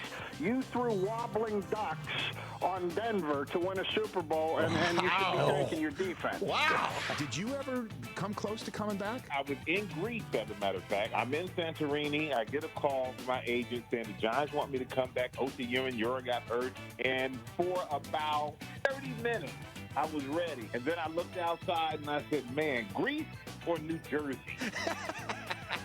Greece kind of won out. So I stayed retired. How did you wind up at Clemson, Isaiah Simmons? Coach Venable, his wife is from this area, as well as his history at K-State. Who else was knocking on your door at the time? Michigan. Why didn't you choose that institution of higher learning and excellence? Why didn't you go there? Have you been to Clemson before? What? Yeah. I don't have to go to Clemson to know Michigan's the all-time greatest spot on planet Earth. You don't know what you don't know. They call it God's country. Don't shoot the messenger, but I'm just letting you know what it's called. Congrats on that Modern Family run. 11 years, dude. Dude. Maybe you haven't seen the last of Mitch and Cambridge. Who knows? You never know, right? Oh, is that a breadcrumb? Did I Maybe just we'll move to Tampa Bay, Chris. Yes! Yes! Well done, sir. Well done. You earned it. A breadcrumb and a laugh. That's what we just got from Eric Stone Street. What a great week we've had here on the Rich Eisen Show Draft Week. And we Stone got a Street great. got me on that one. He sure did. That was so funny. He was good on your. I know, because Jordan Love came on yesterday. Oh, he's good last night on the NFL Draftathon, too. Him and The Miz were fun together. Funny. We had Jordan Love on. I said, what's the strangest question you were asked during the whole draft process? And he said, it wasn't me. It was another friend of mine who I've been working out with. He was on the grease board, and as he's drawing up his favorite play, like he was asked to do, a coach from the back of the room says, what if I just hit you in the face right now, punched you in the face right now? And Stone Street heard that, and that's how he started the interview. Rich, what if I just punch you in the face right now? That was a funny curveball, man. Also, shout out to Kevin Clark for nailing the Jordan Love to the Packers. I know. He came on yesterday, first guest on our YouTube stream from The Ringer, youtube.com/Rich Eisen Show. Let's go to Connor in Denver, Colorado. Let's get the phone banks as clear as we can. What's up, Connor? Hey, Rich, how are you? What's going on? Talk to you the day after Christmas, it feels like. Yeah, I know, right? And then we got another one tonight. It's two huge rounds tonight. Huge. Absolutely. Connor. And I just wanted to first say thank you for doing what you're doing with donations, raising money. Thank you. What we need in the world right now. We should all do that, right? Yep. What's on your mind? But yeah, just to get on it, so I wanted to go over kind of just the fact that who won this draft, and I really thought that the Raiders picked really well. And I'm a person that wasn't as high on Henry Ruggs as others before Judy or even CeeDee Lamb, but when you really look at what the Raiders are trying to do right now, it's interesting to see that, again, they're going to be competing with the Chiefs. Obviously, the Broncos, as Peter King alluded to, just got almost an air raid-like offense. Right. They're going to be having a great little tandem back there, I think, with Mullen and then this Arnett guy. Arnett should not have been even projected to go to this third-round pick. I mean, when you look at his game tape, and unfortunately, when you bring up the Ohio State Buccaneers, which I know you don't like hearing, they only allowed 6 passing touchdowns all regular season. They didn't allow a single wide receiver over 100 yards, except for against Wisconsin. He got 7 catches, I think, for 120 yards. That team played such good defense. Arnett really was just as good a Batman or Robin to the Batman of Okudah. Yeah, and look, and appreciate the call, Connor. Here's the thing I feel about Mayock, which is nothing but love, and I'm biased. I'm biased when it comes to Mike Mayock. If Mike Mayock, if you're thinking, where does Damon Arnett coming from? Why would they do that? Well, if Mayock had pounded the table for Damon Arnett on NFL Network from the Combine all the way to the draft, and your team didn't pick Damon Arnett, you'd be like, Mayock was talking about him. Exactly. Totally. I respect Mayock's opinion so much. Why the hell didn't my team do it? Now he's a general manager doing it, and you're like, what's he thinking? Same thing about Farrell last year. What's he thinking? Well, if Mayock had been pounding the table for this guy on NFL Network for weeks and months, you'd be like, well, my team better listen to Mike. That's why Gruden went and got Mike and said, look, I got all this draft capital from Khalil Mack. They're killing me on this trade. Turn them into people. Well, he's turned them into people. Abram and now this kid Arnett. We'll see how he does. You also had Josh Jacobs from last year and Max Crosby and Hunter Renfrow. Look, we could have a fun with our poll question. Who's going to win the draft? We won't know for another 3 years. I do like what the 49ers did, also, working the board and getting people like that. Ohio State has proven themselves a defensive factory. I don't know what school you're talking about. I only know the Ohio State, because if you don't include the, it confuses me, because it could be an Ohio State. It could be any Ohio State. If you say the Ohio State, now I know which one you're talking about. You're right. That's my bad. Please, Chris, do me that favor. You got it. Let's go to Zach in New York. What's up, Zach? Hey, Rich, how are you? What's going on? What's on your mind? I'm a big Saints fan coming from New York, and I just want to know about this Cesar Ruiz pick. I know they want to keep Drew upright. Yes. But they drafted McCoy last year, and you got Patrick Queen sitting right there to help the defense, which has been the bane of their existence the past 3 playoffs. Like, I know he's a Michigan man, but what's the deal with that pick? Well, I don't. Obviously, the evaluation of Loomis and Sean Payton is, I'm sure you can move people around just because you draft someone from the same position in consecutive years. You know, Max Younger, as you know, retired, and Ruiz can move around. Ruiz is a terrific lineman, man. He was terrific with Michigan, and I think you're going to love him. And I appreciate the call, Zach. And it's about time Sean would get some Wolverine blood in that scarlet and gray locker room of his. Jeez. Frank in Staten Island, New York, my hometown. What's up, Francis? Hey, how are you, Rich? What's on your mind, Frank? Well, a couple of things. First, I'd like to express my condolences to your dad. I worked with your father, Joel, back in 1986, where he was an assistant principal. So, again, my condolences to your dad. I didn't expect that, Frank. You threw me for that. He was at Port Richmond High School, Frank. Yes, absolutely. Yeah, that's where I got my start, and he was a great man to work for. Okay, my question. Please make me feel better about the Giant pick. There were at least 4 offensive tackles taken in the first round. Yep. And this guy seems to come out of nowhere, which is in typical Giant fashion. Please say something that's going to make me feel better about that pick. Well, Andrew, I can only say that I'm not an evaluator of talent, like who's better at this, that, the other thing. All I know is that his name, Andrew Thomas, was not bandied about as much as Wirfs, as much as Wills, obviously Becton, but he is an excellent player, and you just got to trust Dave Gettleman. I know that's not probably what you're looking for, Frank. All I know is that Frank, I got to say goodbye. I know you're listening on television there, too. There's going to be a delay. Please call back, man. I guess he's the Daniel Jones of offensive linemen. I know. Well, that threw me for a loop. I didn't expect to have somebody work with my dad. Let's go right now to Will in Charlotte, North Carolina. What's up, Will? He's been waiting for over an hour. What's up, Will? Hi, Rich. Thanks for having me. You bet. I want to say, first of all, I'm a big Panthers fan. I'm happy with our draft, and I wish the best to Cam Newton moving forward. I'm glad what he did for our franchise. Well, there was some lively talk with Dion, and Torrey Smith was part of our chat. So was Greg Olson at one point. There's a lot of Cam Newton. Why doesn't he have a job chat? Because there was a ton of rap stars and music recording artists from the Atlanta area that were part of our broadcast last night, and everyone talking about Cam because that's where Cam's from. So, Absolutely. What's on your mind? Well, I think something that's getting overlooked in a lot of draft analysis. I think the Vikings did very, very well. They took that pick that they received and they picked up an extra pick, still got Jefferson and that great corner. Yes. I mean, I think that should be in the conversation of who did well on night one. Yeah, I mean, again, if you're like Stephon Diggs out, don't want to pay him eventually what he needs to be paid or further, right. And we don't know what is going on in there in terms of how he's being received or how he wants to be received there, and then you bring in Justin Jefferson, who is one of the more dynamic receivers. He could have been the first one taken. I mean, that's the conversation again that we just talked about with Frank from Staten Island. You didn't hear Justin Jefferson first overall as all of the receivers. Now he was one of the last taken. So it sounds like a value pick in the same way that Andrew Thomas could be a great pick. We don't know. But yeah, and thank you for the call, Will. Appreciate it. I have no idea how Jeff Gladney's going to turn out as a corner.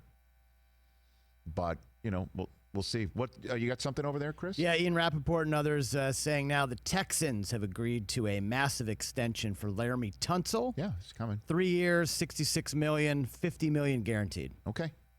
That's no surprise. That has to come. And one's coming for Jalen Ramsey with the Rams. I mean, that's coming too. 3 years, huh? Okay. Let's go to Tim in Omaha, Nebraska. What's up, Tim? Hey, Rich. I'm a huge fan of yours. I listen to your show almost every day. Thank you for saying that and doing it. I have a perspective on Jordan Love. I'm a huge Vikings fan. I always have been. I remember watching Super Bowl when I was 3 years old. But my perspective on Jordan Love is that he has the skill set. He can kind of follow in line with what Aaron Rodgers does, learning from Aaron Rodgers. Oh, yeah. And to me, they did nothing but draft a second quarterback. They have everything in place to be a really good team. Like you guys were saying, they're one game from the Super Bowl. And to me, the whole season would be over if they lost Aaron Rodgers. By drafting Love, they have somebody in place that solidifies the position. They don't really have anything else. And to me, that just solidifies their whole season. Well, here's the deal, and I appreciate the call and what you say. You listen every day. So he's a supremely talented kid who is from California and was overlooked and went to the spot where he needed to go for an opportunity. Who does that sound like? Aaron Rodgers. Aaron Rodgers, yeah. Except Aaron Rodgers wound up at Cal from Butte College, where I covered events when I was on the Spirit of the North State, Channel 7R, KRCR-TV, in my first TV job before ESPN came and got me. In the same way that the Packers took Jordan Love. I'm the Jordan Love of sportscasters, is basically what I'm saying. But again, it's a similar story. Aaron Rodgers, growing up in Chico, California, had to go to Butte College, where Jeff Tedford was looking at a tight end prospect, saw that kid at quarterback, brought him to Cal. He's now Aaron Rodgers. Jordan Love, Bakersfield. How'd you get to Utah State? Only spot I could go. I'm going to make a name for myself. Same thing from Butte College, except nobody took him from Utah State to the Pac-10 at the time, or 12 now. Ton of athletic ability. Bringing him in to learn from Aaron Rodgers. Only difference is Aaron Rodgers, I think even Favre would say, more physically gifted than Brett. I'll just say this. Brian Gutekunst should get in touch with Aaron Rodgers. And if it's Aaron Rodgers just hitting that "can I talk to you later" button, keep trying, man. Got to get on the horn. And then get some help tonight. That'll be helpful, too. Get some help tonight. I want to thank Pat McAfee, Joel Klatt, Peter King, and Bill Barnwell. If you missed any of it, get our podcast. Go to our YouTube page, youtube.com/Rich Eisen Show. Final poll results over there, Christopher. You got them? Winner of round 1, the Miami Dolphins, 40%. Hey, look, they picked 3 picks, and we'll see how it goes. And I love the Tua pick. Everybody who's on hold right now, call us back Monday. We'll be right here. Daniel Jeremiah will be on the show. So will Jason Hare, the director of The Last Dance. We'll talk about episodes 3 and 4 that are coming Sunday night. And join me for NFL Draft-a-thon tonight, where any of social media NFL handles can be found. I will be there all night long trying to raise as much money and get you through the draft. See you there and then.